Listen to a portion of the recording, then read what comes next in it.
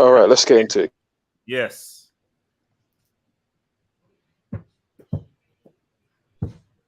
Let's get into it. Yo. Wow, that's a... The first half, en dat is de two touches op Lukaku. Didn't Barca make Alex Ferguson? H, we needed men to show up today. What we got was boys. I'm not praising mediocrity. You know what? I'm gonna allow this. Delta. Wait, what?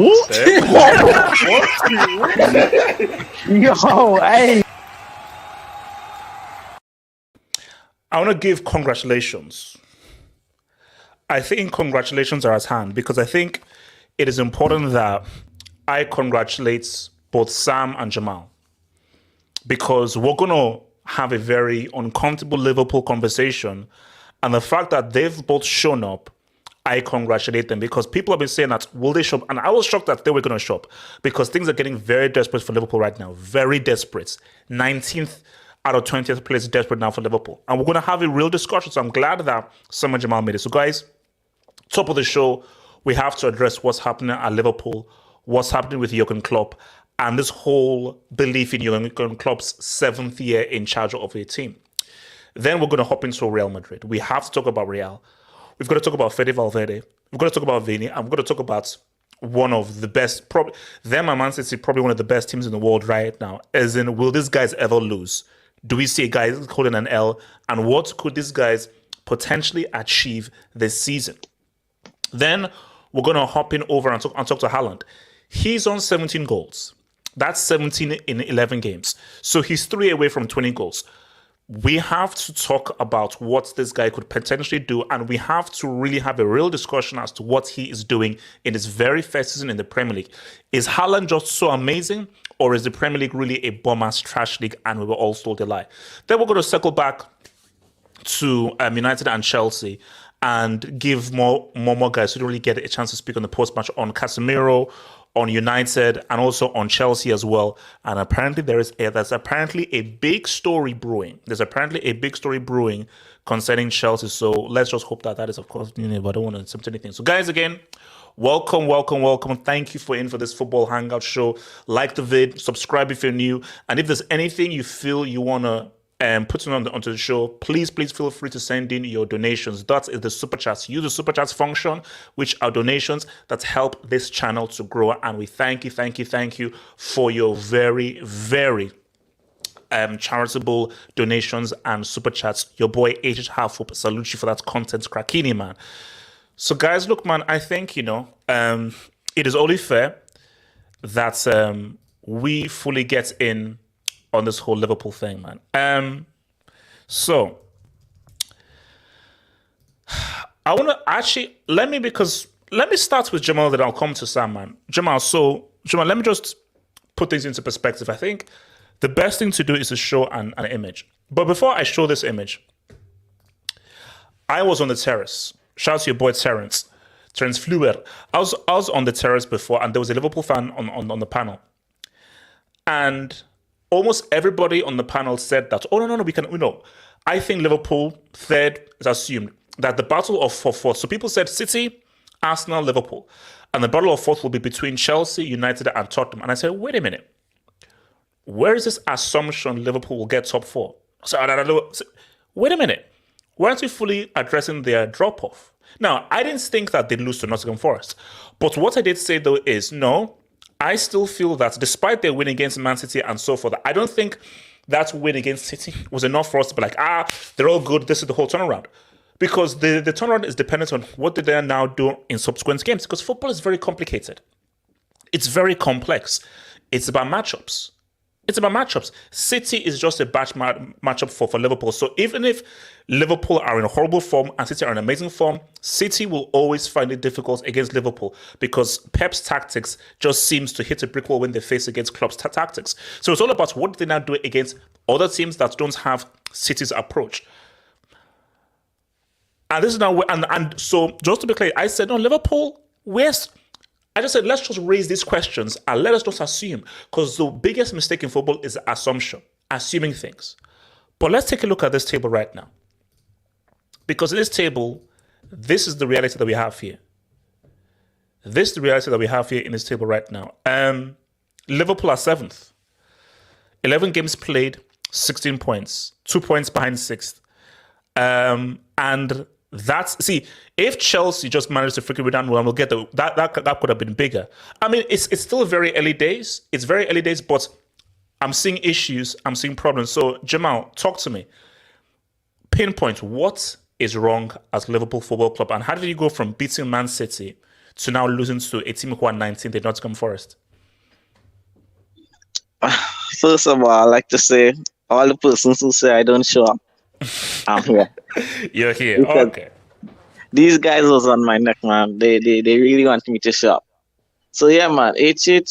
I'll say it starts from the owners straight down to the players, man. I mean, how much time do we have here, HH? Because I'm gonna touch on everything. I'm gonna touch on the owners. Yeah. Go for it. Yeah, I mean, the owners, man. These guys just care about top 4. If you give them a contract now to finish top 4 10 years in a row, these guys are going to take it. These guys are not ambitious. So that's the owner's problem. Second problem is Klopp. Because the tactics, man, it's same.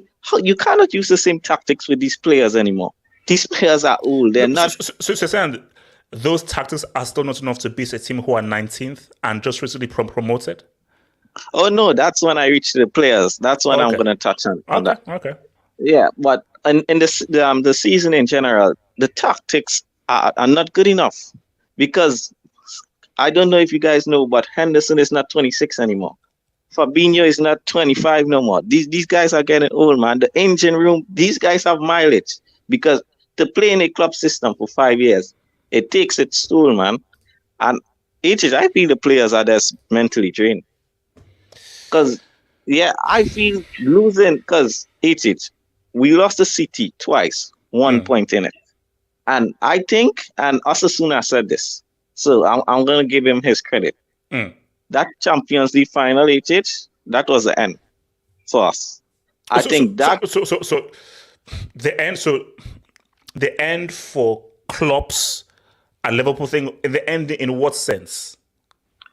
No, well, I think we can still get fourth. So I won't say it's the end like not getting Champions League, but I think for winning the Premier League and the Champions League, yeah, I think that's the end. I don't think we're gonna win a Premier League or Champions League under Klopp again. I think we can still win the FA Cup, but who cares, and get top 4. But for Liverpool, that's not good enough. So top 4 is now a challenge. Top 4 is now a real challenge now for top 4. Yeah. And the only way this changes is if the owners change. And bro, you see these guys going to do anything in January? Are they going to do anything in the summer? I don't think so, man. And yeah, I just want to say something as well. Fergie always changes his number 2. Klopp was with Buvac, with Dortmund and Mainz, and I think he left him and he went with this fella called Linders. Bro, the number 2, he's not good. Change your number 2, bro. Sometimes it helps because Fergie, one thing, I know some of them leave because they wanted to be managers, but Fergie always changes number 2. Keep it fresh. Liverpool is just stale right now, man. From the players to the coaching to staff to everything, man. It's just stale. And I just want to touch one more on the players. Yeah. It's the midfield, man. These guys are too old, man. They're old. I'm telling you, Henderson, his legs gone. Fabinho, he's not 28. I cannot believe Fabinho is 28. Fabinho is 44, and he's lying to us. Because the way this guy moves these days, Payne tries faster than Fabinho, man. I mean, he is bad, man. And I know why that's bad, because Fabinho was very crucial for Liverpool. So if Fabinho is not at his best, that is a massive problem because he plays a very crucial role. But you know what I don't understand it? What I don't understand is Klopp let these guys do double session and they press very hard. So why don't you refresh it, bro? And I think this ties into FSG. Liverpool we buy one player, and that was Ibrahim Konate last season. And this season, we buy this set of youngsters. That midfield need refreshing. And every year, we never refreshed it. And this is what happens when you don't refresh your team. It gets stale. And these players, they are mentally not in it anymore, man. I think the Champions League final, I think Madrid, I think that was it for these players. So if you're in charge, what do you do? Do you let the season play out and then you give Klopp his matching orders? I mean, what suggestion do you do? Do you sack Klopp? Do you keep Klopp? Do you force him to have players and so forth? Because a question is, has Klopp just taken this team as far as it can go? Or, yes, he's taking this set of players. Maybe he needs new players. Now, do you entrust Klopp to now get in a whole new batch of players to now say what's up? You know what? I still trust him because he brings us to the top. So I think give him players, man. You see this January. I know it's very difficult to get players in January. This guy, we need 3. We need 2 midfielders and 1 forward, man. And see if Klopp still is finishing and doing bad with new players, well, then that's the problem. I'm not going to say Klopp out because he gave me a Premier League. I've never seen that, so I'm not going to say that. But if that happens, I have nothing to say, man. But all I just have to say is, I just want to know, this is one of my big questions. If we don't win that Champions League last season, would these players be performing the same way? That's what I want to know. I think so. For me, I think this is more of a fatigue issue than a disappointment issue. But because for me, I think even if they won that Champions League and so forth, does the Champions League now still remove you being fatigued? Because let's be real, Liverpool played the most amount of games that I think a team can play. Because remember, England have 2 cup competitions. So Liverpool, obviously 38 games for the league, got into the Carabao Cup final, FA Cup final, and UCL final. So that is the maximum number of games a team can play in club football, specifically because you have 2 cup trophies. That's a lot. So for me, I think even if you won the UCL, it's very physically tolling. So that is why this was the summer in which Liverpool did a whole new revamp of players. Yeah. And it's one last thing, because I know that the joke is always what happened to Mane, but I read an interview. I saw an interview where Mane said, and he said, bro, he was just mentally tired. So he said he wanted to leave because he was just the same thing over and over. And I think, bro, him saying that is opposite up why these players are playing maybe that these players are feeling that way. Maybe the players are Yeah. feeling that way. Sam, what are you saying, bro? What are the underlying issues here, man? First of all, I just want to say, nobody can ever say I don't show up. Yeah, I'm here. Yeah, even though I've been showing up before. Listen, I'm live in the flesh here. And listen, when the Man City guys come on, I want you to give them a smoke because they didn't show up when they lost. So yeah, but listen, I've been saying this all season. It's fundamentally with the owners. The owners have no ambition. I always said that we've grown out of the model. We've grown out of it. It was good for some time, but now we've grown up. We're at the top now, and we need to sustain the success. And of the model that FSG have is not good enough. But I can do a whole hour show on FSG. I'm not going to do that. Klopp. The thing that's annoying me about Klopp is that Klopp has now conformed to the model. Now, people are saying that we need to blame him for this summer, which I actually totally get, and he does need to take a lot of the blame because FSG did give him a little bit of money, and he said no to a lot of things, which I don't know why he did that. However, we know that he wanted Jude Bellingham. First of all, he wanted Tuchel. He went to Real Madrid. Okay, you can't blame that if he wants to go to Real Madrid. Yeah. Cool. He wanted Jude Bellingham. Now, Jude Bellingham wasn't available this summer. He's going to be available next summer. Klopp wanted to wait and save money for Jude Bellingham. That's how you know he has conformed to the idea of what FSG want from him. So basically, instead of trying to just get players for this summer, he's just trying to just say, we can survive and then get him in the next summer by saving... Exactly. And also, I think is Jude Bellingham enough to solve all the issues? One player, this is one young player. This is what's getting me annoyed. This is what's getting me annoyed. Jude Bellingham is a fantastic player. There's no doubt about it. However, the name Jude Bellingham now is getting me annoyed because it's like it seems like Jude Bellingham is like Liverpool's Lord and Savior. He's gonna come in and change everything. No, he's not. We need Jude Bellingham and 4 other midfielders. Because speak on that. 4 other midfielders are either done out because they're tired or mentally fatigued, or the others always get injured all the time. Literally. Now, this is where Klopp has a lot to blame. From the time that he said in the summer he's all right with all his 8 midfielders, I said, you're stupid. You are stupid. If you're all right with all your 8 midfielders, that more than half of them get injured most of the time. And it's not even like little bitty injuries. We're talking about lengthy injuries over time. I don't know. I don't know for you. Right, today's game. I have to blame the players. I have to blame the players. I can't even blame Klopp for this one. Because if you watch the first half, Liverpool should have been 3-0 up. Liverpool should have been 3-0 up.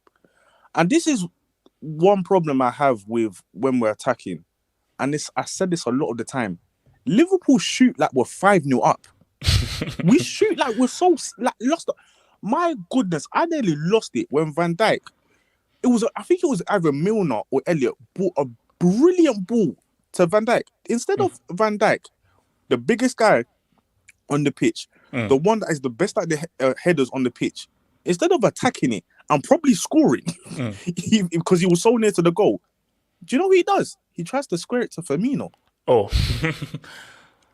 Are you being serious? Oh no, but that was an amazing save by Dean Henderson, though. That was an amazing save. No. So that was the other one. So he and Van Dijk decided to attack that one, and Dean Henderson had another amazing save. But there was one in the first half where he tried to square it to Firmino, and it was just like this is confusing. This is baffling. Why would you do that? But that's one example. Joe Gomez. Wait, Samuel, very quickly. Yeah, I just want to say, you can slander all our players except one player this season. You have to put respect on Alisson Becker, man. If it wasn't for this guy, you'd be screwed. We're fighting relegation, man. Yeah. I just want to say that. Yeah, no. I think no. And I think that's a scary thing. I mean, if Alisson doesn't make some of the saves that he makes, Liverpool are screwed because that guy has. Can you why I say like you have to respect keepers because there are times in which keepers win teams points. So yeah, Sam. Yeah, no. Alisson has been, and for the people that have been offended when we said he's up there with Courtois. No, he's actually up there with Courtois because like this guy has been brilliant. If you actually watch games, my goodness, the amount of saves that he makes a game and saves us, flipping heck. Anyways, as I said, it was individual errors, individual mistakes. Nottingham was there, like literally, Nottingham was there for the taking. We didn't take it, and I said, 60 minutes in. We're going to lose 1-0, innit? Guess what? They scored. We're too predictable. We're not going to score. They're all going to sit back, defend deep. That's it. 1-0 game over. So do you have faith that you'll finish? Because now the title, that's a done deal. Like that's not even a conversation now. But do you have faith that you can? Because it's now realistically a battle for top 4. Do you believe that you can get top 4? I'm going to say something that's really controversial. Oh, Sam, don't do it. So clip this. Okay. I actually don't want Liverpool to get top 4. Ooh. Okay. Speak on that. And there's a reason why. These flipping owners, But see, now you're playing with fire though. So because I know the game you're playing, and I get the game you're playing, but it's a dangerous game because if let's say 7th, and now that shocks FSG to be like, oh my gosh, maybe we now have to invest. Are you sure it will shock them, or will they do a thing of like, oh, Klopp is the issue. Okay, sack Klopp and so forth and everything. Because see, Liverpool, it's self-generating because there's such a rabid, huge, massive fan base. You don't need, with a huge capital and need to get that UCL money. It is good, it is advisable, but because the finances are so good based on just how good the business model is already, hence why FSG bought it in the first place, because they know how good a business it was. I don't think it's a be all and end all of like, oh my gosh, a top 4 is a must. So, but maybe I'm wrong. So maybe if you say that you don't get top 4, FSG will now invest the money that they need to invest. Do you know what it is? This is the angle that I'm coming from. There's a lot of people that are saying sack Klopp. Now, my question to those people is that, okay, let's say we sack Klopp now. Cool, get your wish, sack Klopp. What manager is available right now that is better than Klopp? That's what I say too, Sam. Yeah, fact. Oh, Pochettino. Who's better than Klopp then? Yeah, that's available right now. Who? It's always going to be a downgrade. There's always going to be a downgrade. Exactly. And then also you're going to have a downgrade who is working under FSG. Yeah. Come on now. Let's think about this. Now, the reason why I say I don't want Liverpool to finish top 4 is because I don't want to give FSG what they want. It's either we don't finish top 4 and they actually buck up their ideas and actually spend, or because remember, there's a lot of Liverpool fans that still love Klopp because he bought us the Premier League title and a Champions League. Yeah, there's a lot of people that are going to follow Klopp. So if Klopp leaves, there's going to be so much pressure on FSG, so much pressure, and that's why I personally don't want to finish top 4. And Samuel, very quick, who was the guys who was behind the Super League in England? These guys was one of the first to join, because that's what the guys want. They want the money. These are the guys.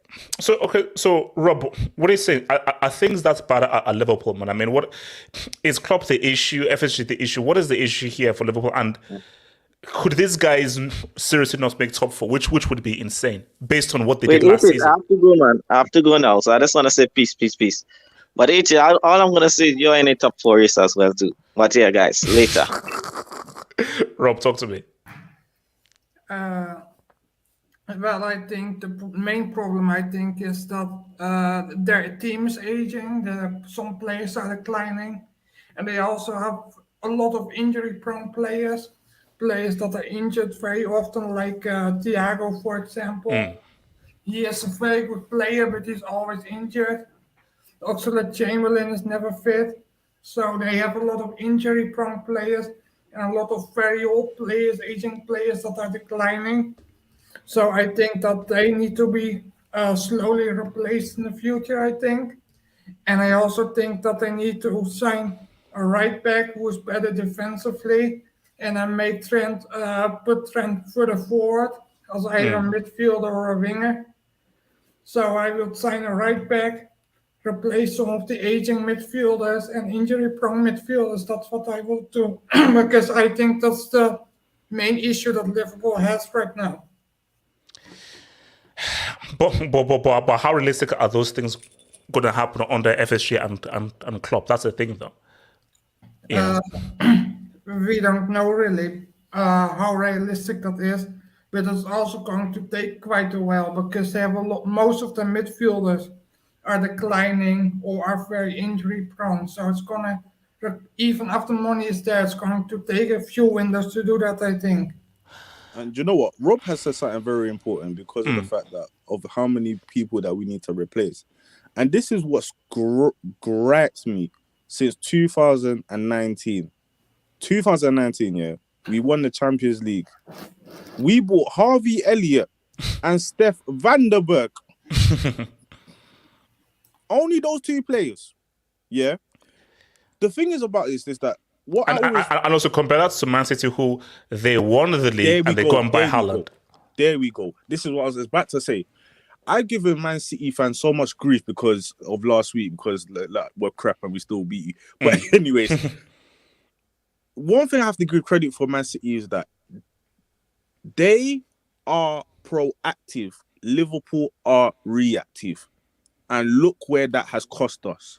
Instead of replacing the people that we need to replace, look how many people that Rob has just... Look how many people that Rob has just named. The main problem. If he was there, this wouldn't happen. Diaz isn't good enough. Jota isn't good enough. No, here's my thing. They won the Champions League. Did they have like an elite midfield? No. My thing that I'm not buying into the whole Mane narrative thing as much. For me, I say it's injustice and everything. Mane in this situation, I don't think it solves everything right now. Yeah, because again, Jamal made a very good point. If the player is saying that he is feeling exhausted and wants something different, that is a sentiment that is felt throughout the whole team. So who is saying that if Mane was still there, he wouldn't succumb to what all these players are succumbing to, which is that, bro, we're actually tired with the stuff that we're being given, and we're actually fatigued. So I think everybody is feeling the same as Mane. Trophies, I don't get it. Yeah, I was we are fatigued of winning. They played like 52 games last season because there is every final, every competition. 63 games. 63 games. That's insane. Because I keep coming back to them, people keep missing this. If you have a squad that plays 63 games, that summer you need a minimum of 4 or 5 new players. You can't. After that, I remember, keep in mind, this is a World Cup season, so we actually came back early. So we actually came back a lot earlier. Exactly. So you've played 63 games, you're coming back a lot earlier, and you've not brought at least 4 or 5 fresh new players to now come on and just refreshing the whole squad.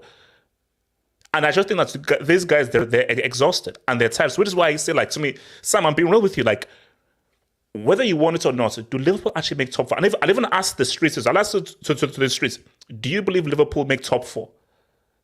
I mean, let me come to your boy Kenny. Do you feel like Liverpool will make top 4 this season? Yeah, I still think they definitely can.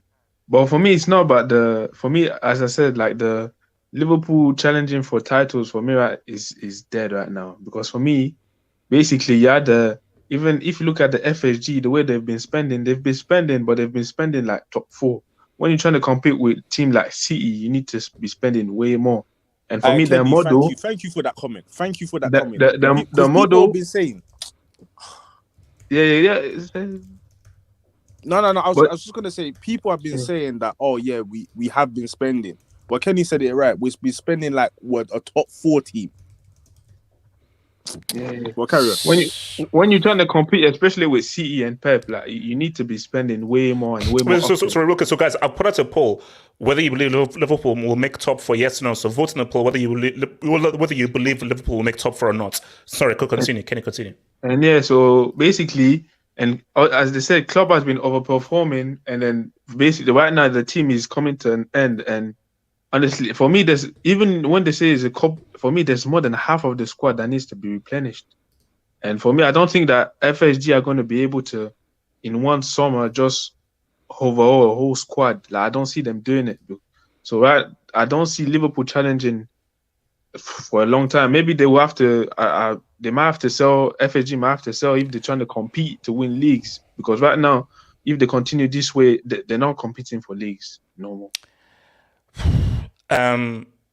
SK, why is it not about if you're getting exhausted because of like you play too many games, like it's the Carabao Cup, all that, just drop from the Carbonara Cup and just play the competitions that actually matter, like Champions League. But it's too late. They're already tired now.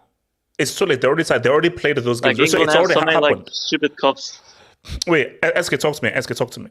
No, honestly, yeah, I think in terms of like today's game, I think that they were definitely missing Thiago heavy. Because I was watching over the West Ham game, I noticed that Thiago and Nunez, they seem to be forming like a little bit of a partnership up front. Now, Salah, I think he especially is going to need service if you're going to try to turn him into a more like centralized attacking player. So which I think could honestly work, but yeah, they're going to have to replenish their midfield to do that. They essentially have to switch up their entire play.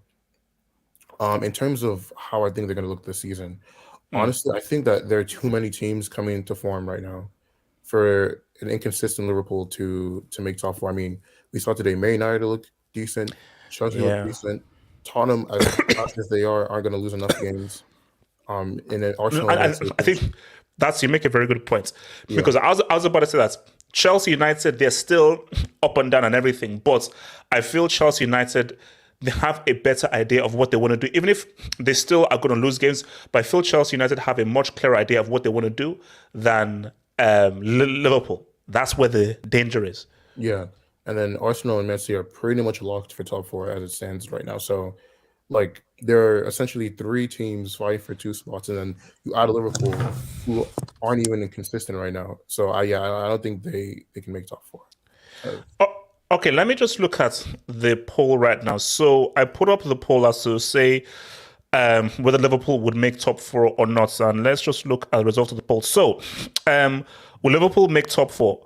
So out of 130 votes, 13% of you said, of course. And wow, hell no and maybe were both tied at 43%. For me, it's difficult to say, man. Well, they've jinxed it. Oh no! But you see, for me, like, here's my thing, because that's what we're discussing. City are going to win. Right now, I think Arsenal are going to go second because Rob, your team is on some BS. So if we're not looking at third and fourth, it's difficult because for me, I can't say Liverpool for sure will make it because I think there's some serious issues with this team. And maybe it's good the World Cup break is coming in now, so it couldn't be too bad. So maybe when they now come into January, things can happen. But I just feel like if there are a lot greater issues happening at Liverpool right now than, let's say, United. Because everyone has their issues. Chelsea have their issues, United have their issues. But I just think that Liverpool's issues, Chelsea and United's issues, I think, you can walk on and still get away with wins. Liverpool's issues are great because you're now dealing with a fatigue problem where guys are tired. See, Ten Hag, he's new. Potter is new. Klopp, this is his 7th year. So that is much more problematic because what you're not dealing with is like, no, we are tired of your instructions and your tactics and you're not coming in with anything new. You see, Fergie, after 3 or 4 years, new team. 3 or 4 years, new team. So Fergie built like about 3 teams. Fergie never had the same team for 7 years. Never. And you can't have the same team for 7 years. Compare this City team now to the City team that got 100 points. It's pretty damn Actually, how many players are still around from when City won the league? You mean like Kevin De Bruyne? De Bruyne, Gundogan, I think. Wait, hold on. Was Gundogan in the first season? Yeah, it was. So is Fabinho still playing? No. Yeah, Fernandinho was there. Bernardo Silva. No, but Fernandinho is now gone. Bernardo Silva. Basically, I think the whole defense was there. Yeah, none of the back. So like their backline and Ederson weren't. Yeah, so backline was there. Ederson wasn't there. So Haaland wasn't there. Ruben Diaz wasn't there. No, Yeah, Ruben Ederson. Diaz was there. Oh, was Edison in the first year? Yeah. Yeah. He was. Yeah, he was Yeah. there. He was there. Was that Bravo before? Yeah. Okay. Ederson. Yeah. Company was Ederson company and in there. Walker as well. Kyle Walker was there as well. No, Kyle Kyle Walker came in the Walker. second season. Kyle, yeah. Yes, it was. Yeah, he Bernardo. was there in the second season. He was there in the second season. He was there in the second season, man. Okay, Yeah. look, let me take some Dubinsky's, Can man. I just say one more thing? Go for it. I'm gonna shut my mouth. Yeah. This whole mental fatigue and stuff, there is a point, but this is where I'm gonna say January is such a pivotal point for us.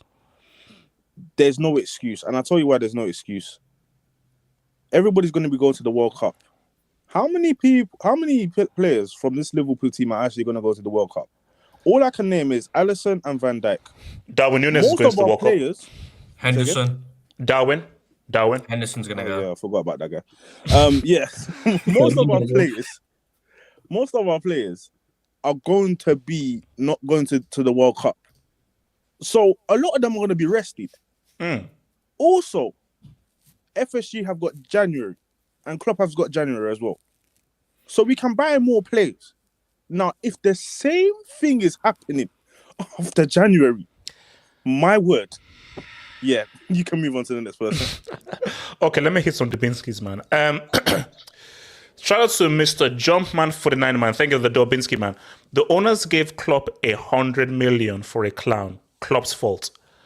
Whose decision was it to get Charles Darwin? Was it Klopp's decision or FSG's decision? That's what I want to know. So, whose decision was it to spend 100 mil on Darwin Núñez? Because that's a problem. Because that 100 mil can be spread out amongst 3 or 4 players. 2 midfielders, a defender. Inflation here, is another real, attacker. but still, like 100 mil for just one player. Like in comparison, like Juve bought about 3 players with that much. You bought a defender, a striker. So Sam, whose decision was it to get Charles Darwin? Was it Klopp's or FSG's decision to get Charles Darwin? If I tell you now, and I would love to tell you, but I actually don't know. I need to do some research on it. But my annoying feeling that it might have been Klopp. It might have been Klopp. All right. Aswin K, man, thank you for asking. If the pandemic didn't happen, Real Madrid would have both Hakimi and Theo Hernandez also in this team. Oh yeah, yeah, that's true, man. Charles Schmelson, thank you for your Jablani, man. Sorry for those that captain Salah this match week. Yeah, man. Look, so Salah is what 4 goals now or 3 goals? How many goals is Salah on now? Because we're gonna get to Haaland. So I'm just saying that I'm just keeping eyes on how many goals Salah is on, man. I think 4 goals. I don't know. So shout out to your boy Ian Wright. My name is Ian Wright, and in this picture I'm 25. # Zach. We'll talk about Zach. We're going to talk about Zach. We're going to talk about Zach. From your boy, actually, as we can, I'm going to save that your dub for when we talk about Madrid, man. So English Talents FC. Liverpool played 3 more games than Chelsea last season. # excuses. Huh? How? Wait. Yeah, basically we played the same because Okay, that's a good. That's a good point. But still, 3 games are still 3 games. And those are very intense games. You have to understand where the games have been played. Yeah, the intensity as well. Because the Champions League final is always later. So your training and everything else just goes into that as well. I don't know. For me, like you say it's 3 games. It's not just 3 regular games against Bournemouth. It's 2 Champions League semi-final games and a Champions League final. So the emotional and physical intensity for those 3 games takes a toll on you. Trust me, it takes a toll on you. Silver Spring Man, thank you for the double, Silver Spring Man. Silver says, Fabinho is the worst midfielder in the Premier League. That's a lie. Because Jorginho says, hold my beer. Jorginho says, hold my beer. I don't know how he's still not in the Brick Academy. Fabinho isn't worse than Jorginho. I don't care what anyone says. I will fight anybody on that. He's not worse than Jorginho. Is genuinely useless. Jorginho is the worst Eno in football right now. No, he's not. Oh yeah, he is. Okay, but is Fabinho bad enough to be in the Brick Academy? That's my thing, though. Yes. One thing, why doesn't Liverpool play Arthur? Like, They got Arthur from us on a loan. Like, Arthur is useless. Arthur is out to Arthur's January. injured. He's out to January. Oh, there you go. He's injured. He's injured. Yeah, he got injured. Okay. So Jason, so is Fabinho really as bad as? So he's really as bad as? Oh, this guy should be in the academy. He's that bad. Yeah. I would say yeah. He's gone under the radar of how crap he's been. Like he's had one or two, like you know how Van Dijk's been shit this season. He had that Man City game, which everyone's like, oh, he's back. Fabinho's had the same thing. He's had one or two periods where he looks all right, and then he's been shit. Wow. Talents FC. Dean Henderson, McNeil, Gordon, Calvert-Lewin, # dominates match. That's what Talents FC. I hope you guys win the World Cup, man. Shout out to the Talents FC, man. Kelvin Sahiro, man. Thank you for the Kelvin Sahiro. Maguire is Phil Jones's brother. Any attacker spins him like an analog stick. De Gea didn't save CR7's second goal because he had olive oil on his gloves. Kevin Sahiro, I always admire you for your amazing, incredible wit and comedy and writing, man. Guys, let's now talk about this dude. So, guys, let's talk about envy. I want to talk about envy, because there's another question, and I want to pose this question to the Hangouts as well, to the streets, because my thing right now is, can Real Madrid go unbeaten, at least in the league? Because we'll talk about it still tomorrow, but I want to talk about the league because these guys are yet to lose, and I don't know when these guys will lose. Now, in my humble view, I feel they will lose.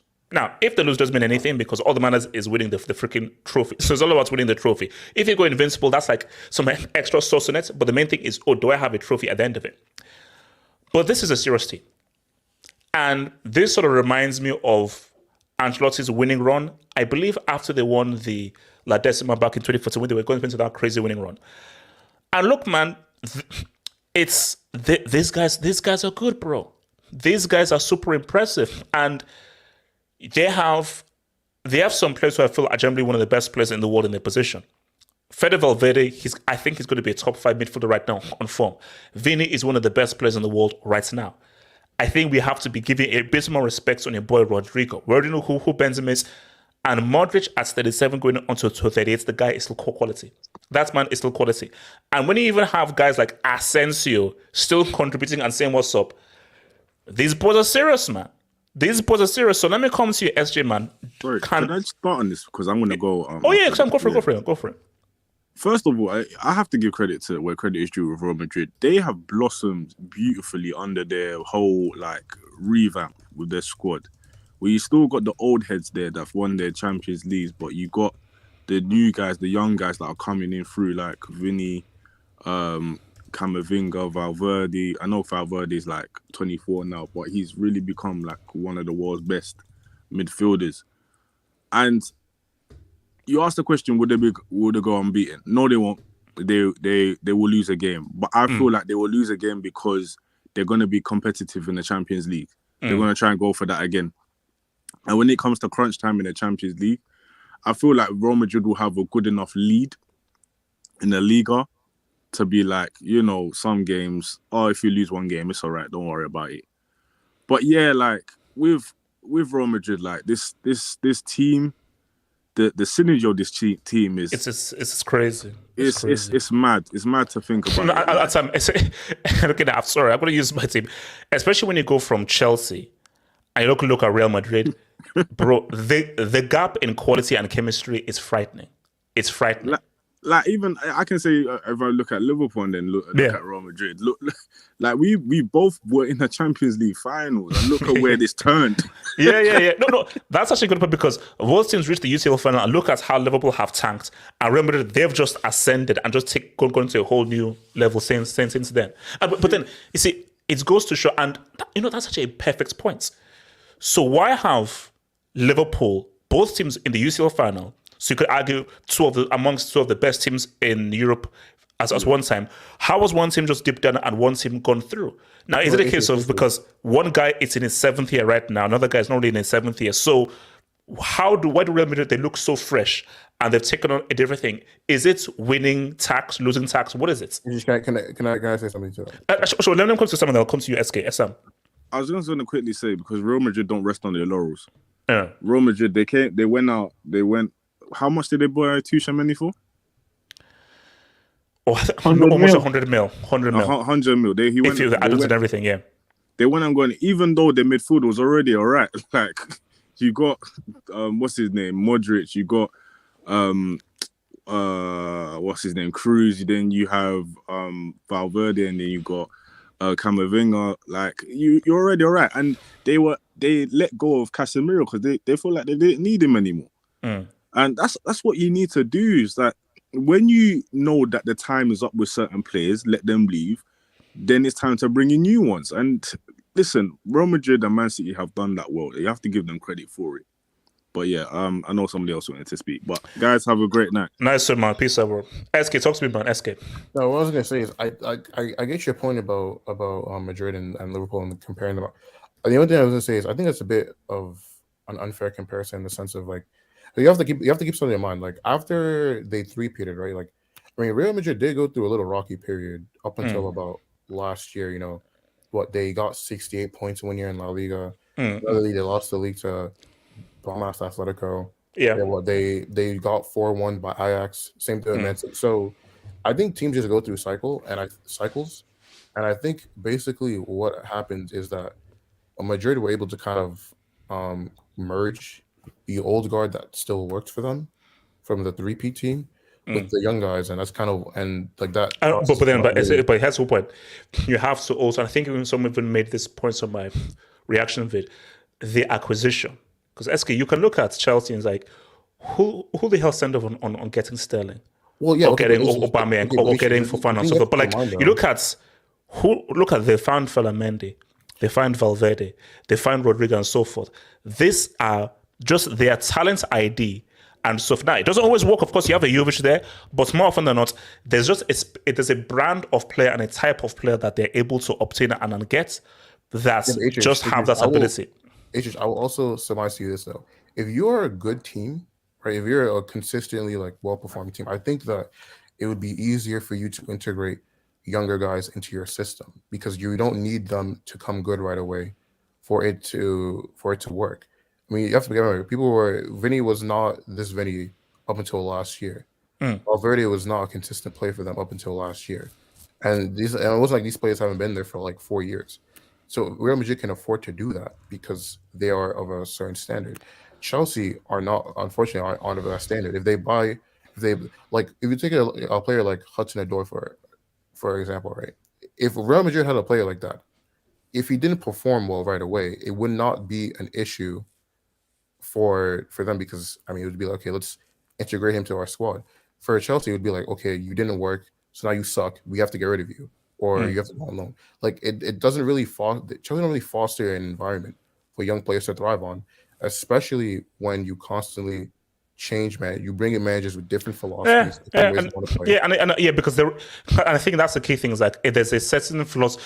It's like you need to be a certain type of a player to play for Real Madrid. And I think anybody that comes and says, well, when a manager that comes in, you have to be of a certain standard and you have to have a certain kind of footballing ability. You know, if you don't, basically, you have to pass the eye test. That's one thing. Because there are many teams around where, guys, you know, these guys don't pass the eye test. You know, so I think that once you have guys doing, okay, maybe you have to pass the eye test, you have to be of a particular ability and have specific technical football fundamentals, then you can say, what's up? Let me go to boy SJ. SJ, talk to me.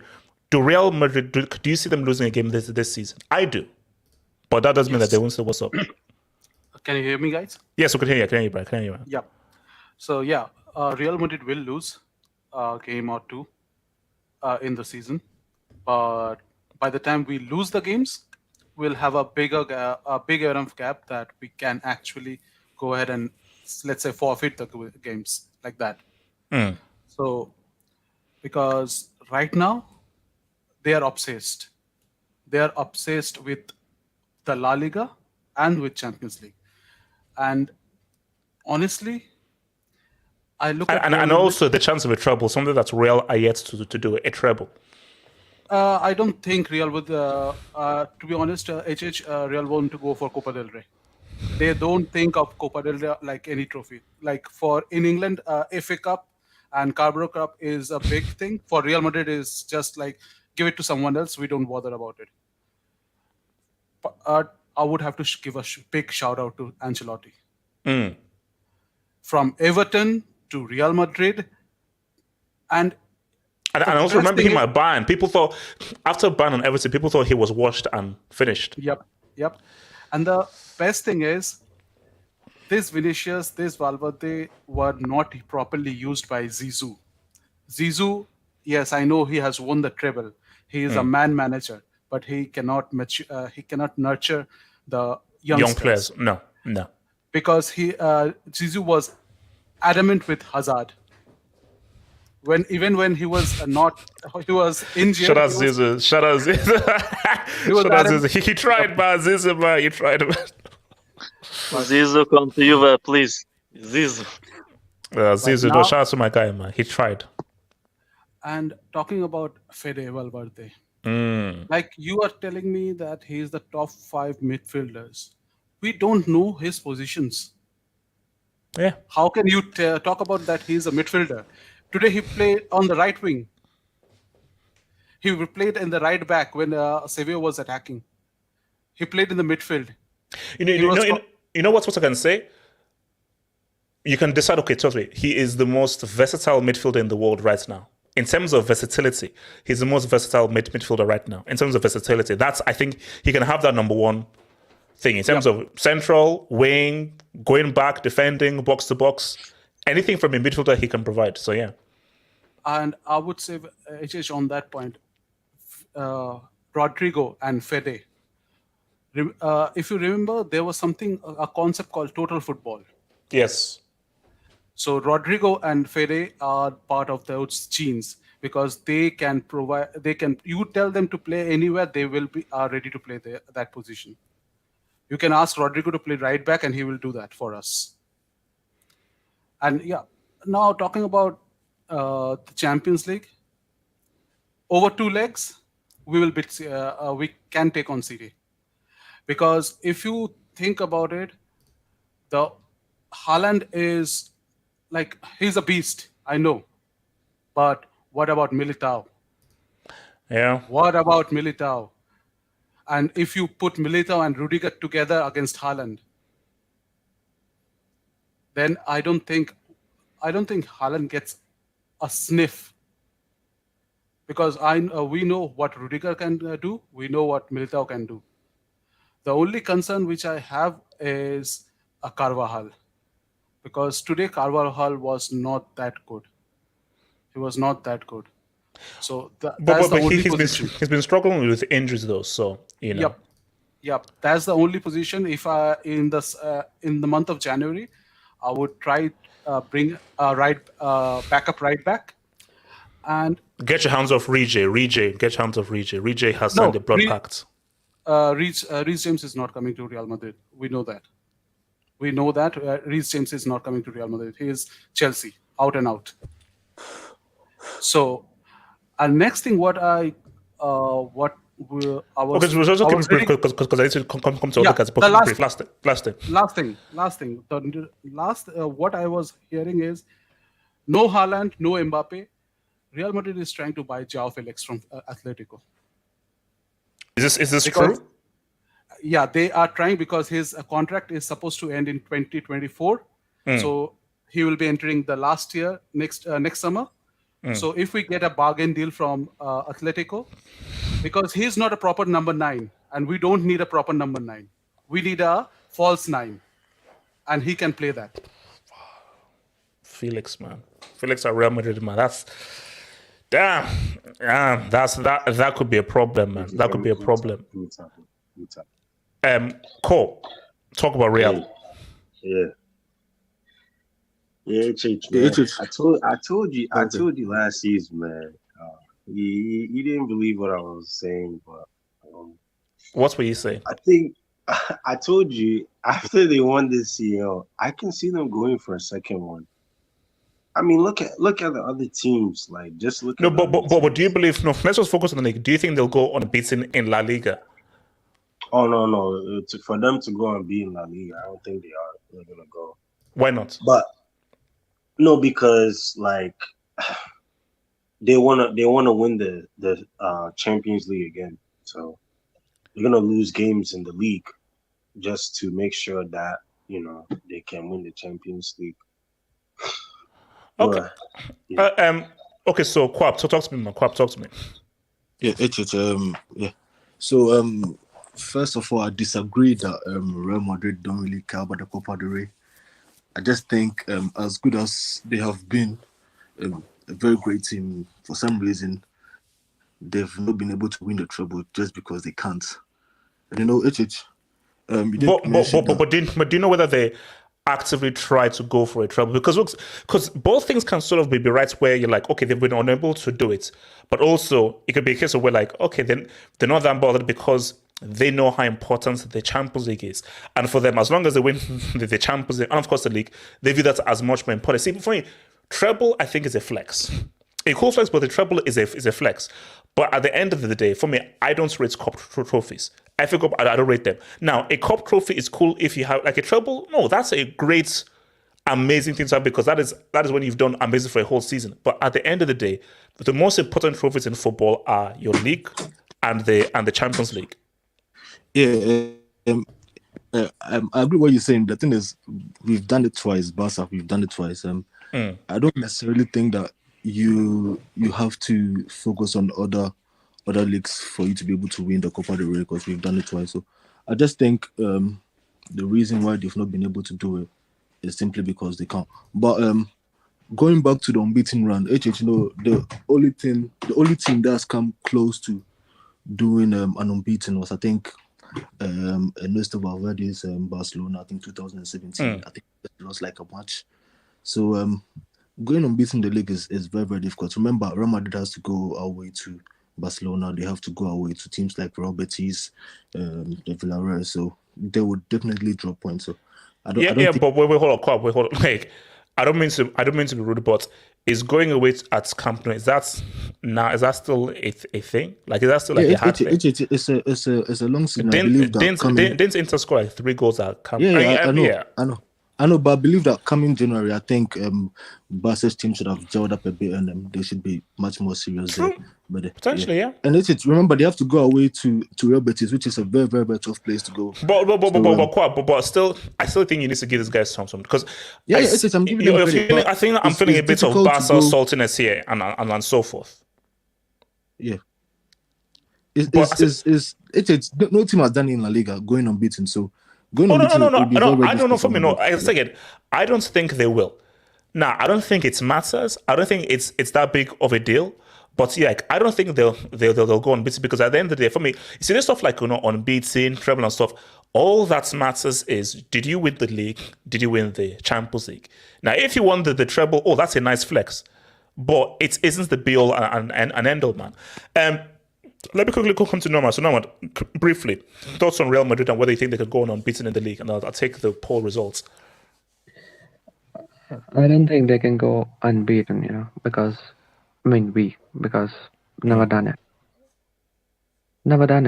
So you can't say that it's possible for us to do it. Now, maybe it could be the first time, but we've said that before, right? And also for the treble, the same argument goes. By the way, I was going to ask you, shout out to all of my Indian friends. I was the first, never forget that. But anyway, I was asking, how's Osimhen, man? Victor Osimhen. How's he as a striker? I don't watch a lot of Serie, so I just wanted to ask you. He's not the finished article. There's potential there, but he's not yet the finished article. He still needs to improve a lot. How old is he? 24? I'm not sure. I think he's about... Wait, how old is he? He is 23. He's going to be 24 in December. Yeah, so I think he could... So you want Real Madrid to go in for him? Yeah, I think we could get him for like 80, 85 million and we could get a decade out of him, I mean... First choice, second choice, whatever. Yeah, I mean that's a bit... Yeah, I don't think it's that dude, man. And wait, let me just take two quick biz, man. So shout out to your boy, Sumi and Joyce. Thank you for the dub, man. There is just one Fede, Valverde, Vini, Rodrigo, and Real Madrid. Ala Madrid, Porla. You know what's crazy? All these look, bro. Like this, that's what I said. I put this out there on Twitter and so forth. Nobody has a better accurate shooting technique and ability than Fede Valverde. You know what's funny, bro? It is insane. I love your. Wait. So hold one last thing. So Patrick, Fede is currently the best central midfielder based on current form. Yeah. You see, again, this is what we said. What I'll give him is because we have to respect Gundogan, we have to respect Marco and so forth. He is the most versatile midfielder in the world. In terms of versatility, he's the most versatile. Did you say who? Who's Marco? Who's Marco? Yes, yeah. What's you about to say? No, yes, it's funny because I can. There's evidence out there on your channel, on your panel, on your videos where you called Valverde, Vini, and Rodrigo at separate occasions. We call them all three of them mid. We said, yes, well, yeah, you did. But yeah, no, yes, I have. But they've improved. You see, it's often like, it's as if people can't be bad and good, and people can't be good and bad. No, as we've seen with your boy Sancho. At one point, Rodrigo, for me, he looked mid. He was Vini 18. Was he was 17. I don't care. He was a fetus. Yes, yeah. I call it as I see it. And at the time, Valverde was a road runner. But they have improved. They've gotten better. But they got older. They got more experience. But that's what happens in football. I don't care. I call it as I see it. You can be 6 years old, 2 years old, or 12. I call it as I see it. If you're bad, you're bad. I call it as I see it. So, can I speak? It just pains me to see Marco at that club, at that just clothes store that is PSG. Like if Marco was at City or in like Barca, would have been amazing. See. Okay, wait. So I did the results of the poll. Since will Real Madrid go unbeaten in La Liga? And I asked the streets, and the streets said. So 25% said they will go unbeaten. 35% said they're not sure, and 38% says no chance. So do you see them going unbeaten in the league? It's possible. I think they can do it. I really think they can do it. I think will they do it? Not think. Will they do it? I say no. Of course they can do it, but I don't think they will. They will lose one or two games. I don't think they'll lose a game. I think they'll draw a lot of games, but I don't think they'll lose. It's not easy to do. It ain't easy to do, yo. But I just feel like they have the squad, they have the depth, they have the rotation, and plus you also have that massive break in between, which is the World Cup. So, I mean, if everything is all about segments, as long as they can be unbeaten from now until the World Cup. And then but a point that someone brings up is that remember their focus is Champions League.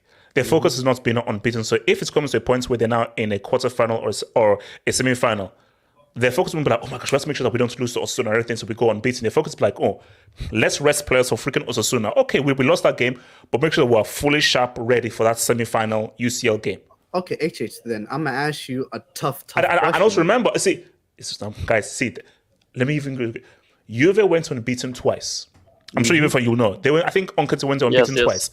They never won the UCL. Arsenal, the season that Arsenal went unbeaten was a season where FC Porto won the Champions League. So teams who've gone unbeaten haven't actually gone ahead and actually won the UCL. He is the question that the footballing universe wants. Talk to me. Yes, talk to me. Which one is more likely? Two scenarios. I'm gonna give you two scenarios. Go for it. They go back to back again. They retain their Champions League title, and which means that they've been now the only team that has ever done it was Real Madrid. Yes, okay. And what's the other one? Yes, so back to back. They go unbeaten in the La Liga. Which one is more likely? More likely is back to back.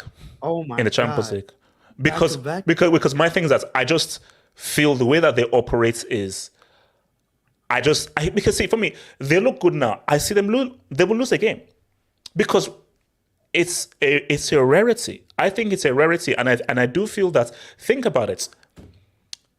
Barca, this is peak Barca, peak freaking Barcelona. That can't happen. No, but they cannot repeat.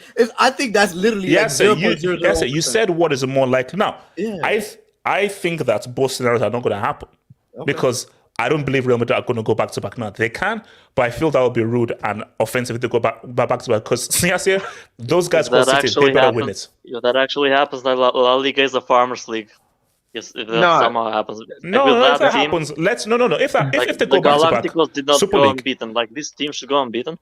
If Real go back to back, then I think we have to have a Super League. So wait, Kenny, you want to say something? Kenny, talk to me, Kenny. No, they have way more chance to go back to back in the Champions League. Because honestly, right now, when I'm looking at the teams in Europe, like except Man City, and I don't see any team like that's the problem. Honestly, because apart from Man City, who can Real Madrid not No, beat? but I feel like there's a higher chance for them to go unbeaten than back to back. I just feel like it's knockout. But yes, Football. how? I feel like knockout football is random. It's like sometimes something will happen and they could get knocked out. For them, you have to either be. I don't see them losing a game at Santiago de Bernabeu at home. No, but so yes, you keep saying. So yes, you keep saying this. Going unbeaten is a very rare. See, I don't want to use Juve as an example because that was a monopoly. I use Arsenal because I want to use a league that's competitive. So Premier League and La Liga, they're competitive. When Juve were ruling, there was no competition, so they could easily go unbeaten because there was hardly any competition. And Arsenal are still the only team to go unbeaten in the Premier League. We have a peak Barcelona, a team that people thought were one of the best teams of all time. They didn't go unbeaten. As good as those teams, they never went into unbeaten. So it isn't an easy thing to freaking do in a competitive league. I think in this season, specifically this season, I believe the quality of teams in La Liga has diminished. I feel like a lot of the teams that are supposed to be decent, I think they regressed tremendously. Sevilla was a good team. All of a sudden, they just kind of fell out of the earth. So for me, it's like I'm looking at the situation like no. But yes, yeah. Even if you believe, hold on. Even if you believe the teams in 08, 09, 2010, 2011 were better, I think you forget how ridiculously amazing that Barca team was. Yeah. Because this Real team is good, but they're young. That Barca team, people said this is one of the greatest teams of all time, with one of the most talented players of all time at its best, and they couldn't go unbeaten. So, because the whole unbeaten thing is not about equality, there's so much concentration involved. And there's so much thing of like maintaining that focus of not wanting to be beat that it ain't an easy thing to do. Hence why I feel that, look, back-to-back is more likely. Back-to-back is more likely, And that is, you know what we get by not going after the unbeaten run? You know what we get? What? We get Lucas Vazquez with 5 Champions Leagues and R9 with 0. That's what we get. But this is the last thing I'm gonna say. As much as you said is more difficult that to go unbeaten. Teams have gone unbeaten in their respective leagues. There's no one other than Real Madrid, the obvious Real Madrid, in the history of the Champions League that has retained the Champions League. It did never happen. And Real Madrid did it twice. So we saw Juve retain it. Like you said, they went unbeaten twice in their league. I will say whatever you want to say about the Serie. It is what it is. Arsenal did it with the Invincibles, but it has never happened where a team retained the Champions League other than Real Madrid. So I don't know. It's like statistically, it's on the side of. I believe Ajax did back-to-back on the unbeaten, in the Champions League. No. Back in Champions days. No, Champions League. What we're talking? Wait, hold on. Yeah, the Champions League. Like, did Ajax do a back-to-back? No, I don't. That was European Cup. Happened, yeah. That was Bayern Munich did that. That was the same. Like the name was different. Wait. Let me take this debate, man. So shout out to because Real Madrid is always there. Anyone seen the new gameplay Real Madrid is playing at the moment? Mad game? What do you mean? Wait, do you mean is there a game called Real Madrid? Or maybe it just means how Real are playing. Oh yeah. No. Look, they're amazing. Well, I don't know whether you mean like the video game Real Madrid. Thank you for the dub, man. Mr. John Manford, thank you for the dub, Mr. John Manford. We thank you. I am humbled. Madrid have been to the semis of the UCL 10 times in the last 12 years. Back-to-back UCL and La Liga will be legendary. Fede is clear of that ginger industry plant. Shout out to De Bruyne, who's the reason why Hazard is not a World Cup winner. Look, but this is what I'll say that, and we'll end it on this. We're all living in the moment. Things can change. Because remember after Real Madrid won the UCL in 2014, they went on a crazy winning run with Carlo Ancelotti and Zidane as second in command, but they eventually lost. So my thing though is, let's see what happens after the World Cup break. Let's see how they look after the World Cup break, because that is a very key thing, because guys are going to come in with a whole new psychology and a whole new vibe after the World Cup break, after playing such a heavy, intense World Cup. So as of right now, Real Madrid are playing the best football in the world right now. They are the best team in the world right now in terms of performance and how they're playing, and they look outstanding. but it's a long season. So what It you is saying a about Carlo, marathon. though? Uncle Carlo, what you saying about him though? Say Hashtag, he goes unbeaten. hashtag versatility, hashtag Gid, No, but hashtag Cruyff was wrong. I mean, is he a horseman as a manager, Carlo? He must win back-to-back league. He must Very win good, back-to-back very league. good. Nobody just said it to me. He has to win back-to-back leagues. But we're talking okay. Yes, no. There's no okay. In this Let's see, conversation, because he's never gone back-to-back. He's never gone back-to-back. In this conversation, we're talking about if they go. I mean, it's a big if. I mean, it's a massive if. They go unbeaten, and he does that. What are we saying? What are we saying? Oh no, he's a legend because he has 4 UCLs now or 3? 4. 4. 4. Yeah. 2 as a player as well. Yeah. So no, look, Carlo is on something crazy, man. HH, I have a question for you. This was a guy who was at Everton, HH. Yeah, He was at Everton. Go for it. Ask me the question, and we'll go to the next topic. So, what if Brazil wins the World Cup and Vini Which would happen? Star? Yes. So he comes back with the mentality of like, I'm the world champion. Mm-hmm. Now think about where Rodrigo, Vini can take this Real Madrid after the World Cup. Winnie will do it 2015 Neymar. Yeah. They may become overconfident. See, these are all ifs and buts. But my thing though is I am watching Vini very closely. And Vini is his game is he's elevating it because I think Vini now he understands that I'm that dude, and I think that he's a very confident kind of a dude. And my thing is because a World Cup can really take you into that whole next plateau and so forth. So I think if Vini comes back and here's the thing, Brazil may not even need to win it, but if he comes back being one of the best players at the World Cup and he's now fully hyped, I think Real are going to be a serious problem. Because see, I told you, there are 2 key ingredients just to be unstoppable: a good functioning team and that superstar. Because that superstar gets you out of difficult. Because trust me, Real are going to come to difficult situations where things aren't working. They maybe are not playing well, and they just need a Gid. It is just 1 point. It is just 1 point. I told you earlier. He might turn into Mbappe, though. He might underperform like Mbappe. Okay, I told you earlier that to win the Champions League, you need a plan B, C, D. You need to be versatile to do it consistently. And to perform consistently in the league, you need a system. And that's why Carlo has always, not succeeded that much. Because he's not a system merchant. Basically, being adaptable, that's the very key thing. So cool, let me just say to Dubez and I want to go to the next one. Please, can I say something very controversial? Very quickly. Whoa. Yeah. You all should come back to this one day. Real Madrid are going truthless this season. Yo. What you say? Basically, Quab is a Barca fan, and I think he's feeling very emotional right now. No, I'm being serious. Real Madrid is going truthless this season. Okay, no, Quab. I will save this. Because what I will do, it's clipped. You are clipped right now, it is saved. And if they go truthless, Quab, I'm going to save this in my hard drive and I will bring it through. So Streets, Quab OBJ, a Barca fan, says Real Madrid will go truthless this season.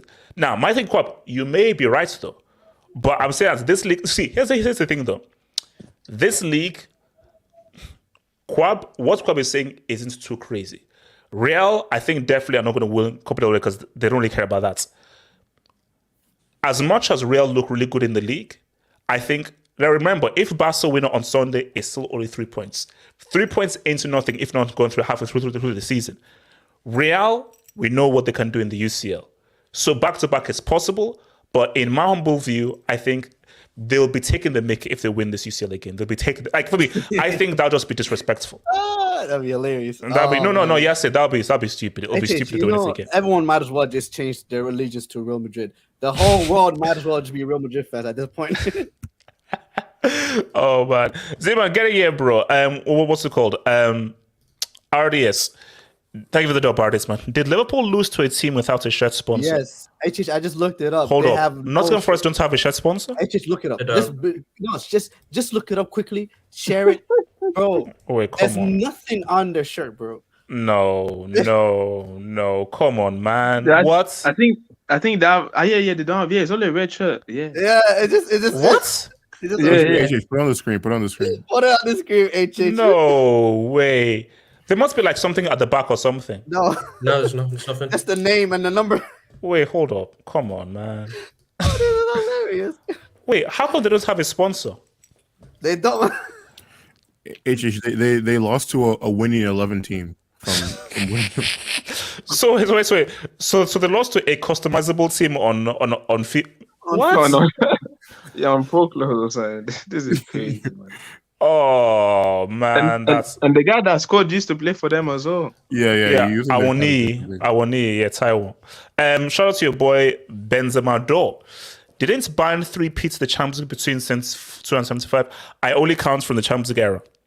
Bro, was there TV? Did TV exist at that point? Like, and also it was called the European Cup. I'm only counting from the Champions League era. For me, there's the European Cup era and the UCL era. So guys, I want to now talk about test tubing.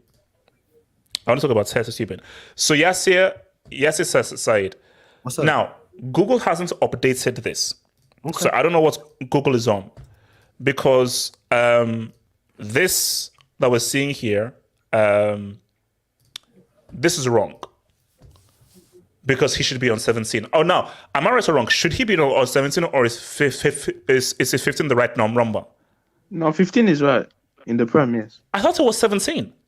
No, it's 15 in the Prem. Yeah. It was 13 before. Wait, guys, are you sure it's 15 or is it 17? Well, it's 17 overall, but yes, 15. 17 on the website. He scored 2 today. Yeah. So it's 17 in the. So Rob, is it 17 in the EPL? Yes, on the official website it's 17. Yes. Google. Yeah, everyone is saying 17. It's 17. No. It cannot be 17. It's 17. I refuse. Google haven't updated it. Google have not updated it. You know what? It's in the chat. Yeah. You know an insane fact? In the private chat. Talk to me. What's? Oh, okay. Yeah. Thank you, Rob. Man. Thank you, Rob. So yeah. Go for it, Jay. Go for it. Haaland has already equaled Harry Kane's total goal output in the Premier League last season. I know. I heard that. No, guys. This is. I have never seen anything like this before. No, this is ridiculous. You know, Cristiano Ronaldo scored 18 all last season. You know, that's crazy. Oh my god. Yep. Official sites 17. 17 goals. Queen Lizzie left us at the right time, man. You see, okay. Before I come to you. Wait, AJ, before you say anything, look at your boy Alex Iwobi, second on the assistants. I mean, Iwobi. Wait, no. How about you tell him and his fellow Nigerians not to screw up against Ghana? Don't talk to me about anything. Don't talk to any Nigerian. Don't talk to anything Nigerian until after the World Cup, bro. I don't want anything to deal with those guys because I'm still not done with the crap that those guys post. So please don't. It's like I don't. Okay, so guys. Okay, so all right. I'm just trying to gather my thoughts. So City have played 11 games. We are 8 away from halfway through the season. He is 3 away from going to 20 goals, and we're not even near halfway through the season. This is stupid. So Yasser, let me present the question to you. Is Haaland just an amazing, superb, once-in-a-lifetime goal scorer, or is this a trash bum-ass league? Two things can be right. I 100% believe both statements is true. You know what's interesting? Because I think the 2 games he has not scored in this entire in the league is Bournemouth, which I don't know how he did not score in Bournemouth, and it was Liverpool. Yeah. I think he scored in every single match, and for me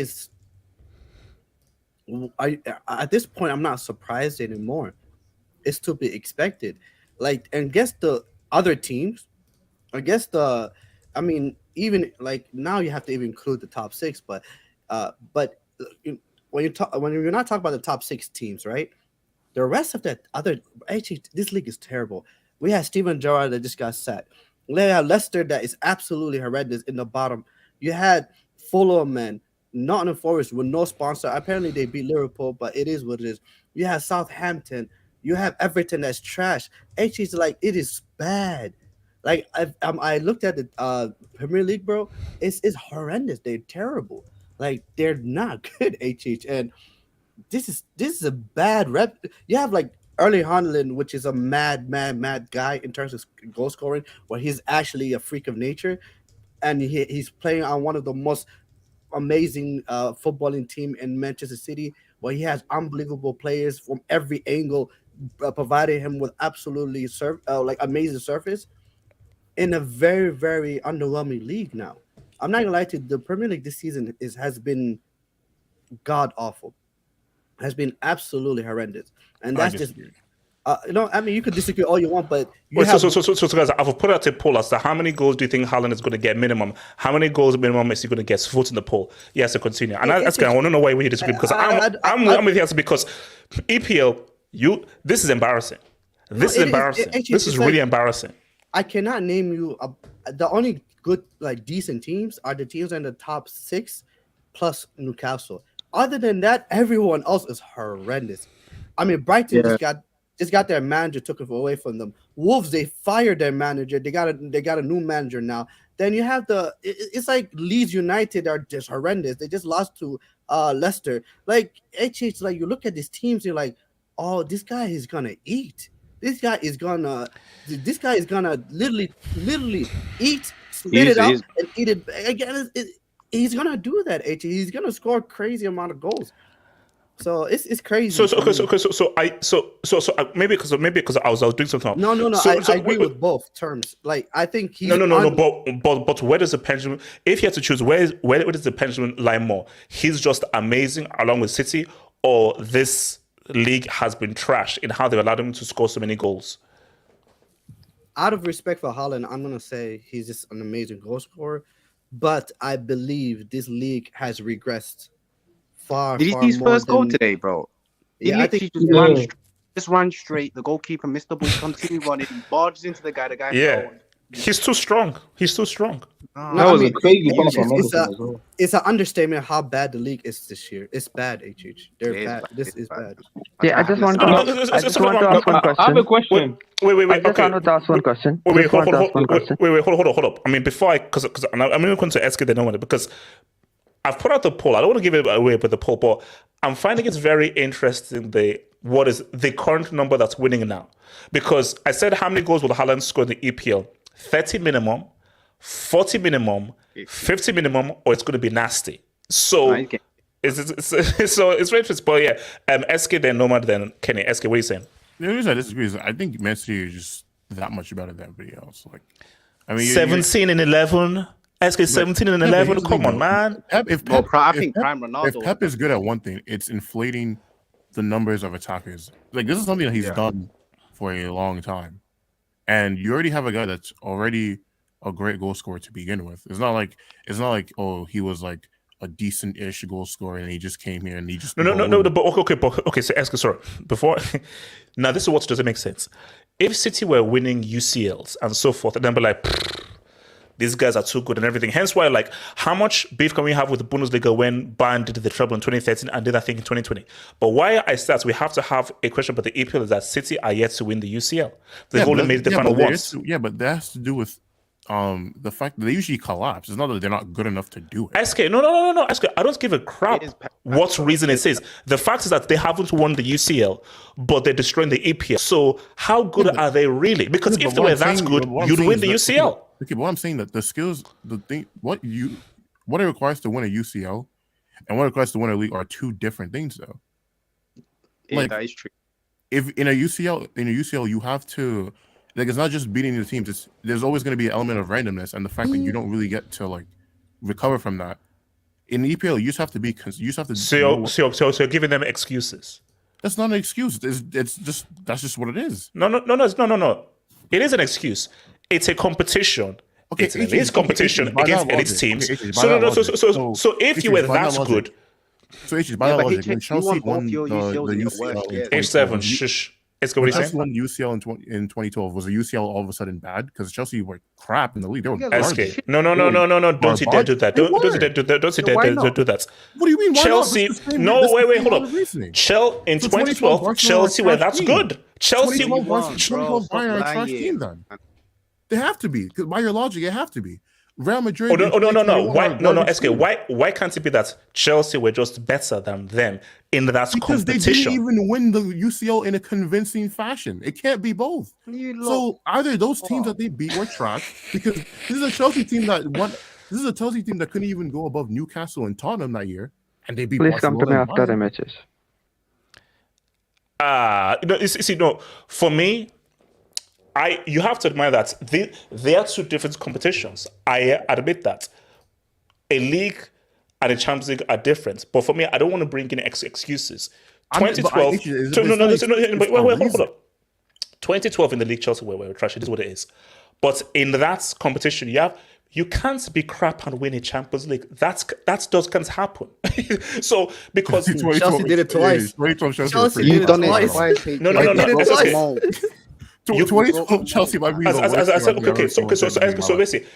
so you believe that Bayern deserved to win that final? It's not about what I believe. I'm going by your logic. No. Yes, they did. They did deserve it. Who deserves to win? They outplayed is you. who wins. No. They outplayed you. If you deserve to win, you win the game. Because that's a loser's mentality. Bro, it was because they weren't good enough. So are Milan 2005? Are they a bad team too? They're a trash team too. In that final, Chelsea team, are they Mourinho's first Chelsea team, not first season? Are they a bad team? Oh, they were not good enough to win it. That's not true. Wait, hold on. SKC, you can't just have these finite statements. Hold on. Let me respond. You can be good, but not good enough. 05, they were good, but they were not good enough to win the UCL.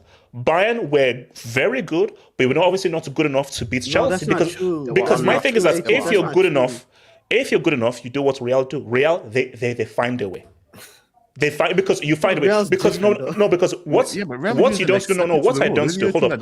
What you don't do, what you don't do is, we deserve to win. We had more possession. We had more shots on goal. You guys got dominated by Bayern in 2012. Yes, it was impossible. The aim of the game. Hold up. The aim of the game is to put the ball into the fish net more times than an opponent. The aim of the game isn't to have as many shots on target or have as much possession. So if that's the case, when Chelsea were playing Haramba on the Tuchel before they started losing all the time, why were you still complaining about that? If all that mattered is the fact that they were winning games, then speak on it. Chelsea in that Champions League were effective. After that Champions League, they stopped being effective. The football that they played was effective. They stopped being effective more or less the second half of last season. But it's not. But even in like no. Chelsea. There was a massive drop off from that Champions League run to the next season in terms of effectiveness and quality. Hence why Homeboy got sacked. But though. You guys played the same. You guys didn't do well in the league. No. But wait, hold up. Let's get back to the point. The whole point is for Man City and for Haaland as well, because we sort of lost the point, which is that look, Haaland is test tubing this EPL. Sorry, that was the point that we're making. Is the EPL trash? Yeah, let me come in, HS. No, because we have to question it because yes. If City are so good, you find a way of winning the Champions League. What you don't do is, but they self-destructed. Because Pep overthought and everything. No, you can't have any excuses. Quick question. No. Because hold up. And I don't want everyone could speak. Quick question. I understand what you're saying, HH, but is any league good at this point? Like, I don't think there's a good league at all. No. Yes, my thing though is we just don't know what would happen if, let's say, you put City in La Liga. We don't know. Maybe the same thing will happen, but we don't know. La Liga is not good. They're terrible. Yes, the fact is that we don't know. Lopetegui got sacked by because it's not happening. We don't know. Man. Like, because that's why we have to. Because guys, I don't care what anyone says. 17 goals in 11 games is stupid. Actually, you see Liga? No. Okay, 17 goals in 11 games is stupid. We cannot go fat about how stupid that is. That's disgraceful. It's disgraceful. Can I ask you a question? Kindly go for it, and I'll come to you, Nomad. So everyone's saying it's trash. Since when has the Premier League been trash? When has the quality just disappeared? Like, you tell me. Chelsea United was a trash game, bro. I'll give you that, man. No. Actually, the COVID. But the thing is that you guys are acting as if City has not been dominating the league before Haaland. They've been scoring 100 goals. They've been whooping teams at home. Like for the past 5 years. But Kenny, this is a Haaland discussion. We know what City have been doing. 100%, like 100 points, 98 points. We know what they're doing. But Kenny, what this is right now is because what's it called? Real Madrid did 100 points and 100 goals. But Kenny, what I'm seeing right now is this is shocking. Because Kenny, we have to focus. 17 goals in 11 games, and I believe only 2 of his goals have come from penalties. So only 2 of those 17 are our penalties. You know, Chelsea's to blame for this, HH. You know that? Yeah, see, shush. You guys Kenny. should have bought him, bro, before. Wait, Man where's City did. Why would you want him to go to Chelsea? Bro? No, but why would you want him to the thing is that obviously Haaland is that good of a goal scorer, but in the City team, honestly, trust me, you put a Lewandowski, a great goal scorer like from any era, they will be scoring their amount of the. Probably not the same, but they will be scoring like 15. Nah, it's the same, bro. Or if Yeah, not put Harry Kane in there, put Lewandowski, they're scoring 15, 20, they're scoring the same amount. Man City are just like Pep teams, like they just score goals. And if you have a proper striker, creative system of all time. Yeah, okay, wait. So let me come. So nobody wants to say that. I want to come to H7 because H7, you are apparently the Robin Hood and the saviors of this madness that the City are doing. They're about to win the league, by the way. So H7, don't laugh. No matter. Talk to me. Arsenal. Yeah. Arsenal. Yeah, I just wanted to say that even this Man City, who people are hyping up so much, they're second in the table, right? No, Matt, don't do this. No. No, Matt, don't do Are this. they not? Are they or are they not? Arsenal, what are you No, doing? I'm not answering that question. No, I'm not. Are they or are they not? No, so you were saying that you were saying that what would Man City do if they were in La Liga, right? We don't know. But the thing is, Madrid are unbeaten, right? And they're comfortably top by 6 points right now, 3 if Barca win tomorrow, right? So we know at least Real Madrid have a high probability of still being above Man City if Man City were in La Liga this season. But would they be There's a above high Arsenal? probability. Not there's a high probability, but we do know that if Real Madrid were in the EPL, they would surely be above Man City because Arsenal are above Man City, right? Exactly. So I think the problem with the EPL is that compared to you was talking about 04 Mourinho, right? Or the Invincibles Arsenal. People forget that Arsenal won that invincible season on the back of draws. No, we never. We won Lots 28 of games. stuff. Stop capping. Look at the draws. Look at the draws. Look at the draws. Look at the draws. Yeah, look at the draws. There was a nonsensical season. And compared to that 04 season and that Arsenal invincible season, because we should give them such value. And even I think that 05, I think Mourinho lost just 1 game all season, right? Yeah. Yeah, so I think we should give them a lot more credit because right now, how many truly world-class, right backs, left backs, centre halves, goalkeepers, and defensive midfielders can you count parked the bus, man. in the Premier League? The second most goals in the league. How many defenders can you count? How many world-class defenders can you count in the EPL compared to those times? Okay, wait, hold on. Let me read the results of the poll that I did about how many goals will Haaland score in the EPL. So, 11% of the street said 50 minimum. 11% said it's going to be nasty. 29% said 30 minimum. 47% said 40 minimum. At the rate he's going, aren't we saying 50 minimum? Or is it safe to just put it at 40 minimum? He's projected to hit 54.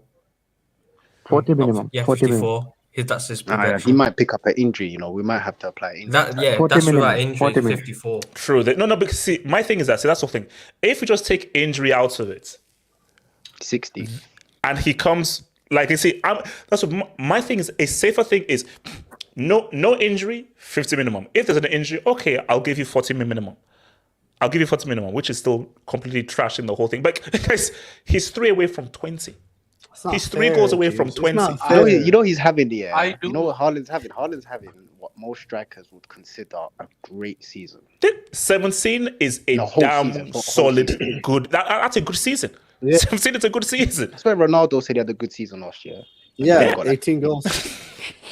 Yeah, 17. People like my Christmas. He got 17 goals, and this guy has 17 in 11 games. But then, like, what defenders does he have to play against? Like, Ronaldo had to play against Ashley Cole, bro, man. Like, what is this guy? Exactly. What does he have to play against? This is nonsense, Exactly. AJ. That's why it is so scary, because this is the worst era for defending there's ever been. It is Okay, can I push terrible. back on that? HH, I have a question. I have one thing to talk about Haaland.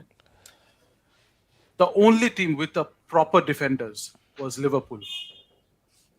And Yeah. they shut down And they Haaland. dealt with him. Apart from Liverpool, name me one good team with good defenders where, if you talk about Lewandowski or any other, talk about Gabriel Jesus, he can't score. That's true. Because EPL defenders are the most overhyped defenders in the world. Yes. Oh, you have Because Tyron Mings. apart from Liverpool, I don't see any good defenders in EPL right now. I don't Not see Liverpool, any- just Van Dijk. Just Van Dijk.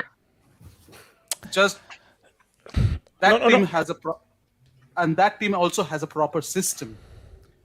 You talk about any other team. Brighton had a system. Potter went. The system fell apart, and now they are a trash. So, EPL is a overhyped league. They think that I money can disagree. buy everything. Yes. Can I jump in? I disagree. Okay. Let me hear this Dubez, man. So shout out to your boy, Mayan Malzada. Real Madrid has already won a trophy this season. No. We're not counting the freaking Super Cup. No, Yeah, we we don't are. do that. Yeah, we no are. one knows. No one knows. Hey. No one knows. We're not counting the Super Cup. So they have to go for the UCL, Copa del Rey, or the But you counted Liga. last year when Chelsea won it. No, it's not. You Well, counted it, didn't you? that's different. No, Jaden it's Alvarado. Thank you for the job, Jaden, man. Haaland can get 40 Gs, but will it be better than Cannibal Suarez 13-14, Salah 17-18, and CR7 07-08? I think it depends if they're in the UCL. Here's okay, Jaden, I don't think you understand. Maybe I'll say it again. He has 17 in 11. Now, he could get injured. He could run into a brook. We don't know what could happen. But if he continues at this rate, he's projected to hit 50.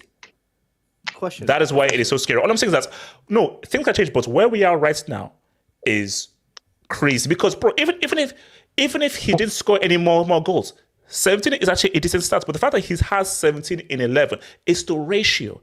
The 13, ratio is 14? so stupid. 13-14 Suarez, did he get suspended for 10 games? Yeah, he did. And then he still got 30-something goals. Wow, that's crazy. Mr. Jobman 49, EPL is a bomb league. Haaland wasn't doing this. That is true. Well, Haaland. No, hold up. That is I don't No, understand. hold up. My Haaland never played pushback is That is he didn't have the service at Dortmund. Yeah. I mean, He also didn't was have the injured. service. His best creator was Royce. AJ, So- please so- don't use that argument. Please don't use that argument, because then people can say that Darwin Núñez could have done the same thing. If City had he bought would, him you know. and I'm Haaland not would gonna- have gone No, to come Liverpool. on, no, man, I'm don't. saying. No, But come not on. 17 goals, but he would have got like 12 in 11 or something. Yeah, come, let's not. Okay. Sorry, Rob, you want to say something, Rob? Now, I was saying that at Dortmund he also had a lot more injuries than he does now. So that's another point. So he wasn't playing enough games, man. I don't know why people are acting like Pep's system does not like score goals. Raheem Sterling got 30 goals under this. 17 and 11. Sterling got like 25 goals. SK 17 and 11. Just because Sterling's not scoring goals for you doesn't mean you have to be like 17 Raheem and Sterling. 11. Any coach that can get 30 Sterling goals is out of Raheem flopping, Sterling, man. that's We're going to impressive. talk is all about I'm him, gonna say. HH, man. What's going on with Sterling, man? It's Can Chelsea, I bro. That's touch on what the happens, bro. City? Age 7. Worry about Southampton, bro. Kwab, what are you saying, Kwab? So I disagree that the Premier League is, and this is coming from a Liga fan, but I disagree the Premier League is trash. You know, the thing is, and I might be wrong about this, but I don't think the Premier League has had a team as totally dominant as City. So, and even before they got Haaland, they've been dominating the league. So, you have one of the best teams in the world, which is, in my opinion, kind of the only team that I would say is a bit closer to the PES Barcelona. You have a team as dominant as City, and you add Erling Haaland, which is arguably one of the best young talents we've seen. He's going to be producing. So I don't necessarily think the EPO is trash. And coming back to the UCL thing, 17 and I 11. think 17 and 11. It's not okay. Fair, not good. I think 17 goals in 11 games. But he has what 5 goals in the Champions League as well. So he's doing. But the thing is, 17 the and reason 11. 5 and 3. Yeah, but he's doing the Champions League as well. And the 17 and 11. I think the reason why they can't win the Champions League is because I think when it comes to Champions League, history matters a lot. I don't remember the last time a new team has won the Champions League. Most of the times, his team does already won it. So I think with Chelsea, City, Chelsea's the I don't last know. new team. I think it has more to do with history and mentality. Maybe that's why they come with the Champions League. But coming back to Haaland, I don't think because he's scoring a lot of goals, it makes the Premier League trash. There is more. I think at the best, I think it makes it very questionable. Okay, final topic here, man. So look, let me even come to your boy, SK. SK, I'm going to ask something it's going to be a very direct question. Are Chelsea crap, quality wise? Sorry, it's not even. Are Chelsea SK. crap? In terms of just quality, just in terms of footballing quality, are Chelsea bad? Are they crap? Chelsea have been crap since 2017. Damn. Spin on SK. Elaborate. SK. Elaborate. This is a team that hasn't got over. Because here's the thing, right? No. So two questions. So questions are Chelsea crap quality wise, and also why is your club disrespecting Zach? Okay, so here's the thing, right? When it comes to how I rate, just like gauging teams, I tend to look at like the consistency in the league, because the thing is, you have to go against different types of teams. So I get to see how you respond to different situations. This is a team that hasn't gone over 75 points in 5 years. Whoa. So for a manager to come in and for me to expect them to like challenge the behemoths that are Man City and Liverpool when they were actually good is an unfair thing for me to do. So No, because what's now, I know comparing to Real Madrid is always bad because you're dealing with one of the best teams in the world. But my thing though is, SK, man, I'll be real with you. Watching Sterling, Mount, and Aubameyang, I'm like, these guys are horrible. Are you forgetting? They're so are bad. you forgetting the second half of 17-18 season when Chelsea were losing to Watford, and Bournemouth, and when they lost to Burnley? You get used to it. I thought you lost. I swear you lost 4-0 one time to Yes. Bournemouth. 4-0. I remember. Chelsea have lost 6-0 to Man City in the last 5 years. It can't get any worse than that. I get adopted by Bournemouth, HH, man. Yeah. So is it a case of trusting Potter? He will buy the right players and so forth, or listen? I'm going to tell you something that you don't want to hear. Okay. Chelsea, the whole chopping and changing managers thing, that thing died out years ago. You can't get away with that anymore. Man City and Liverpool, they stuck with their managers. They had their managers build to what they want to do, and it paid off. Look at Arsenal right now. As much as you like to make fun of them, like they finished 8th twice. Then they didn't just like all of a sudden say, yeah, let's just sack our manager. They stuck with it, and he developed a game plan. You can't get away with doing that anymore. I'm sorry, it's not just Pellegrini at Man City and Fergus and David Moyes at Man United. Like these are actual competent, well-run teams with good managers. So the thought process that you could just bring in some guy, have him buy a bunch of players, and you think that that's just going to work when you're fighting those two behemoths is crazy. And then for you to think that, okay, it didn't work out, so instead of like sticking with this guy and trying to develop something, especially if he's proven that he's able to win games before, let's just chop and change and get another one while they're still having a consistent game plan that they're developing. It doesn't work. It's like starting a race with two hands tied behind your back and with one leg, and I think you're gonna beat Usain Bolt. It's not possible. So at this point, I feel like he's giving up winning the league until those two jackoffs leave their team. So I don't know. Let me come to H7, man. I mean, you're looking at Chelsea and Man United, man. I just look at the game. What project seems to be much more advanced, or do you have much more faith in for the season? You're not gonna. I this Man United, but they're looking way better than you lot. Like they fixed their midfield already this summer. Like their midfield is 100 times better than yours. They're able to control games. They're able to create chances actually, because you lot aren't creating good enough chances. Like you're dissing Aubameyang, bro. What did you create for him today, bro? That one cross that in the air that he has to control with his right foot, bro. Like He should have controlled it. He should have controlled it. Why didn't he No, control that's it? crazy though. He's not that early striker, Haaland. HH. He's not early Come on, Haaland. he's not that guy, bro. You need to create nice chances for him, bro. And they're doing that for Rashford. You know, if they had Aubameyang today, bro, they'd beating you lot 2-3-0, bro. Easy. Paul, talk to me about the man of the match, Casemiro, and what makes him so special. What makes him such a special and vital player for a team? Well, first, I think is the fact that his experience. I mean, I could go on about all the things that we all know here, like experience. He has been in the greatest team of all time, the greatest club of all time. But first off, I remember in a tweet you tweeted at halftime, and I replied. I don't know if you read it. It doesn't matter. Casemiro masterclass, but for now. And the guy ended up with MVP. What happened? I think first of all, someone talked about it. In Real Madrid, Casemiro was the defender, right, in the midfield. But he played in football. He began his career as being a forward. I don't know if you know this. Okay. And because there were a lot of forwards, he lied and said that he was a defensive midfielder because there were less, and it was more probable for academies to take him. Actually. Oh, okay. Yeah. But so he has some, as a curiosity, but he actually likes to attack. He did that a lot in Real Madrid, but he was more focused on defending. Now that I think in this Manchester United, Casemiro is probably the best midfielder with right now, along with maybe Eriksen. He puts a good because Bruno is very inconsistent. So right now, Casemiro is like he can be the boss of that midfield for now. Yeah. So he feels more free. He can develop his plan. He can. Have you seen the passes he has done, the crosses, and he's not the only. He can do everything all around. He's an all-round beast. Yeah. Absolutely. Now, I will say about what you were talking earlier. Which project you see more advanced, or Yes. maybe with more chances? To be honest, I think for now, I think United, because I think Erik Ten Hag doesn't. Let me explain. Erik Ten Hag doesn't have the players he wants to have.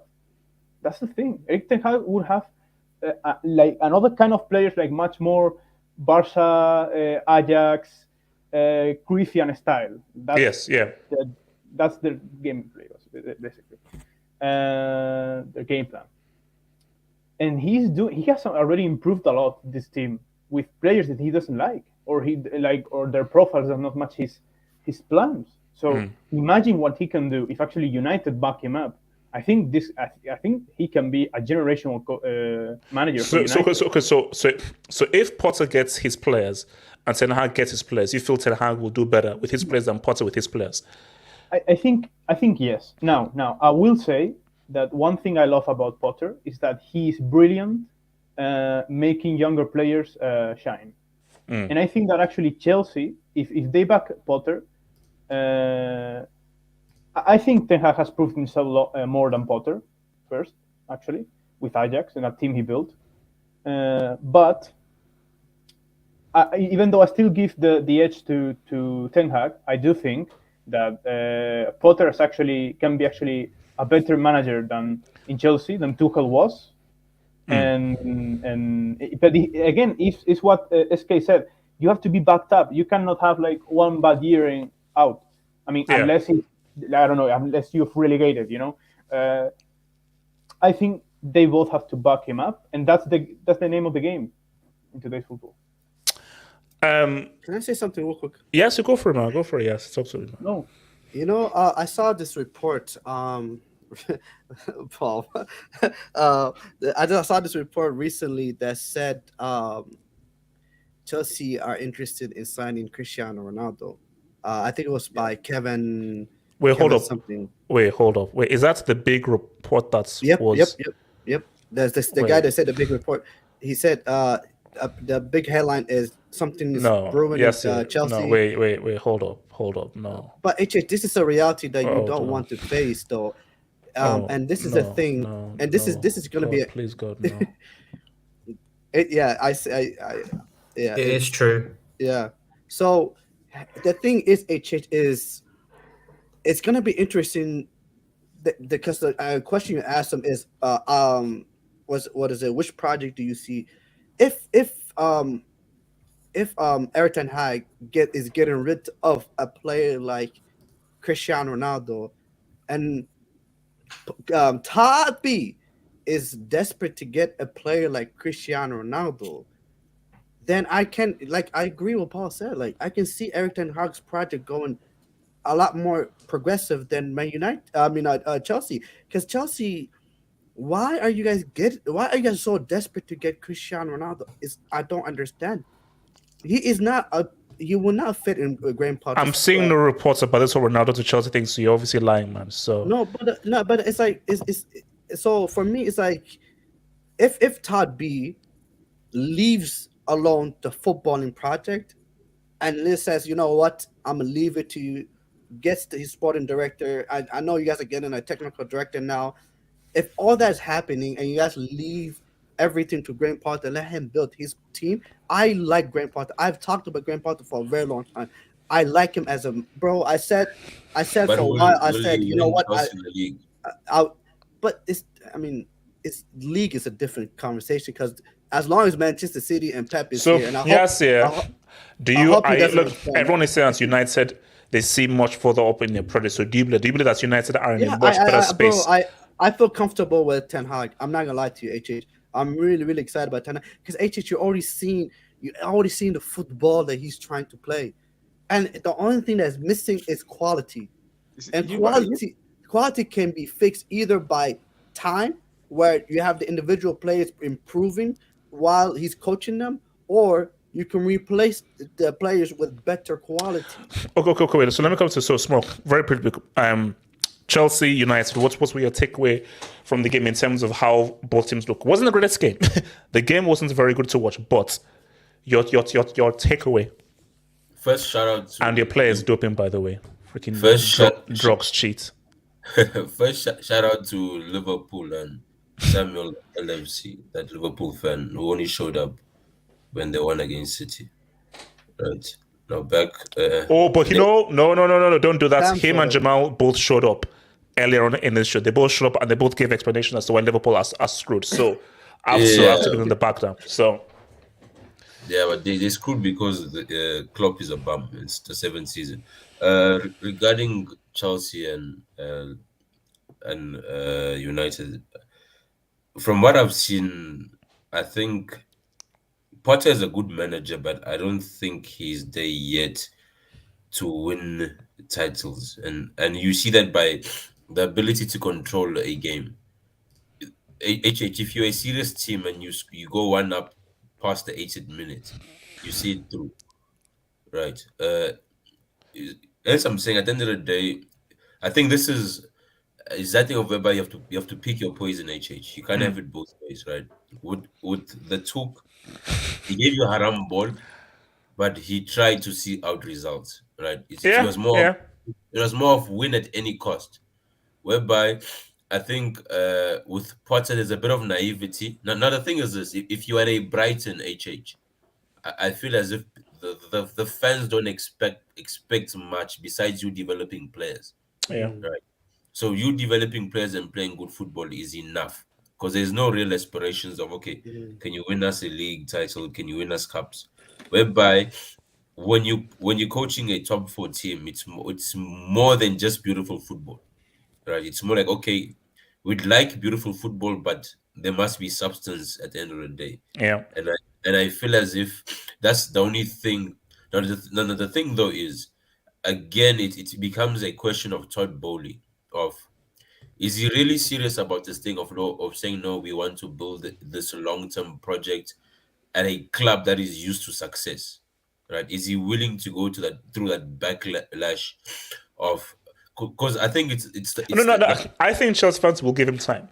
I do feel like if Chelsea fans would actually give him time with the process. The thing is, it's complete at United. It's the complete opposite at United because these guys haven't won shit for 6 years. So these guys will take whatever they can. Whereby with you guys, although you haven't been at your best, but Chelsea is still Chelsea, and at Chelsea you have to win. Trophy. So We it's speak fluent trophy. Yeah. Exactly. So as I'm saying, is that thing of whereby are you just willing to take good football and be satisfied with, and then be like a, because you could play good football, but you could also be like in a United whereby you've been playing good football for 6 years with no trophies, and then now you become also a banter club like Arsenal. Next thing, your Potter is doing all or nothing, talking about, I don't know, but he can't use light because Ateta has already used light bulb. Like, I don't know what he's gonna talk about. Maybe ducks in a row or ducks. It'll be like a Harry Potter one. Smoke. They're saying that light bulb is the salvation for the EPL though. So let's hope that they don't screw up against Southampton, man. So now the thing now is regarding Ten Hag. This guy has he basically has is that thing of whereby it's a free shot. In cricket they call it a free hit, whereby whatever you do you can't get out. Right, like you can do whatever you want. He basically has a free shot at United because these guys have no real success in the past few years, whereby they can measure or put pressure on the manager, and whatever he gives them, it's a bonus. And evidently, I feel that it's beginning to come through. Like when you see them now, they look like a better outfit, and you saw it against Tottenham. You know, see for me, like that first half, I was shocked. I was shocked by how well United played and how bad Chelsea were.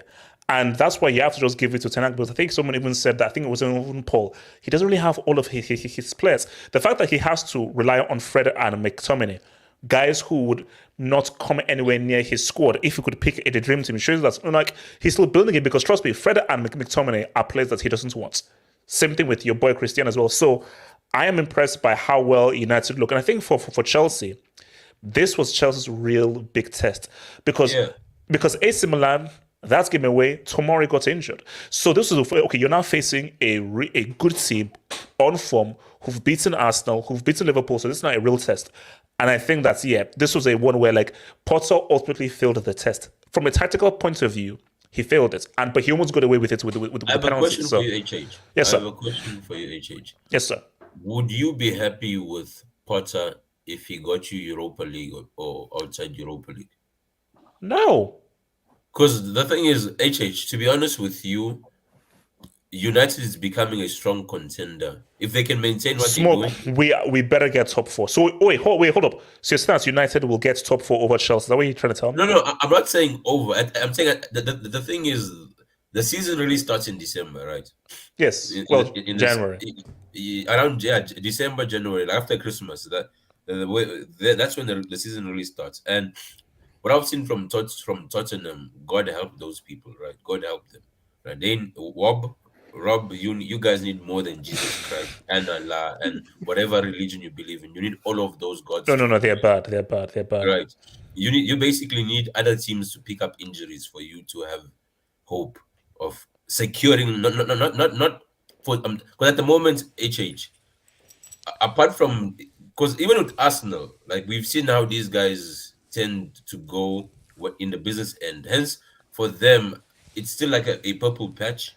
And until hence I'm saying, like at the end of the day, the three spots are open to like four or five clubs, and no one has. Okay, we can say Arsenal, but for me, I still say it's still early days for Arsenal. But for me, convincingly wise, I think it's Arsenal and then United of late. Okay, as if they're playing the best. Let me hit this do best. So shout out to your boy Zeno Uzere. Thank you for the dub, Zeno, man. Sterling was a professional start partner at City. 24 games against United, no goals. Now you see why Sterling was getting a hit at City, frustrating player. Let me come to Kenny and then SK. Nah, put respect on No. Yes. Shush. I won't do a change. I know. Kenny, can you please admit right now that Sterling is a trash player, and I was right when I said that you should have no excitement in getting Sterling, Kenny? No, obviously, as you've seen in this past few seasons at City, he has Kenny, a lot. I ask you a very straight question. I don't need an essay. Was I right in saying that Chelsea fans should not have been excited in getting a washed-up player like Sterling? No, but it's excited. The thing is that, oh man, We've been seeing so much trash. Kenny, were you excited when Chelsea got Sterling? What was your feeling? Yes or no? Were you excited when Chelsea got Sterling? No, not really. It was an upgrade on what we had before, but I'm not gonna say I'm excited. Like, wow! Like I knew the guy has a lot of deficiencies in his games. So I'm not surprised. Why are you lying right now? You were the most excited. Kenny, don't fall into the trap. No, but it's not about excited. Like I've seen Man City play. Like you see Sterling, the guy has a lot of deficiencies in his game. Like it's not a surprise to anyone that I've seen Sterling. And especially, like I said before, Man City has been dominating the league. Is he crap? Yes or no? Is he a crap football player? No, it's not a crap football player. Right? There we go. Oh, no, okay, is he playing back? No, but he's useful. But he provides use to the team. No, but we can't just be reactionary like that. Like obviously he's had the Kenny, bad. No, Kenny, don't say deal to that.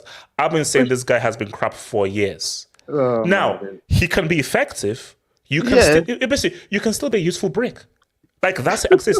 You can still be a useful crap football player, which is what he is. But I said he is generally a crap player, and now you see why he's a crap player. So wait, SK Sterling, is he crap? Yes or no? Is he a crap footballer? Yes or no? Simple question. Yes or no? He's not crap. He's pretty bad though. He's like the level below. I think he has very low IQ. Don't Smoke, why did you sell us this player? Because we didn't want you guys to get any better. Smoke, this guy is trash, man. But you see, but this is what guys don't understand. And that's what this perfectly describes Sterling. And I mean this with all due disrespect. A broken clock is right twice a day. So Sterling can do something good once in a while. Overall, he's crap. He's a crap player. I'm not gonna lie. I think I'm not gonna lie. Rashford's a better player than Sterling. The thing is, as a forward, as I'm saying, the thing is, we make forwards look better than they are because of the number of chances. As I said, if you scoring a brace at City at times is not really a big thing because you're gonna get like 10 chances, right? And you score 2 out of 10, whereby your 8 were brick misses. And this guy used to frustrate the living hell out of us, HH. And I told you that this guy is very creative when he's given time. He will hit fans. He will hit. I told you, HH, like everyone is in danger when Sterling has time in front of the goal.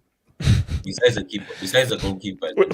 Wait, hold on. Wait, Shorty Boy QC says that 28 days, exit retire plan ready, Monk life. So guys, so if you've been keeping forward to the channel, I am counting down the days onto the World Cup 20. So each day, I do a little profile on all of the teams taking part of the World Cup, and we're on 28 days. And obviously, tomorrow will be 27 days. So yes, the days are counted down. I will count down the days to the beautiful World Cup, man, where I hope I'll see better football. Guys, it's been swell. It's been lovely. I'll see you guys for the Sunday Hangouts. Peace out. Stay true. Stay real. H7. Let's hope that you do the business against Southampton. One love. One love. One love.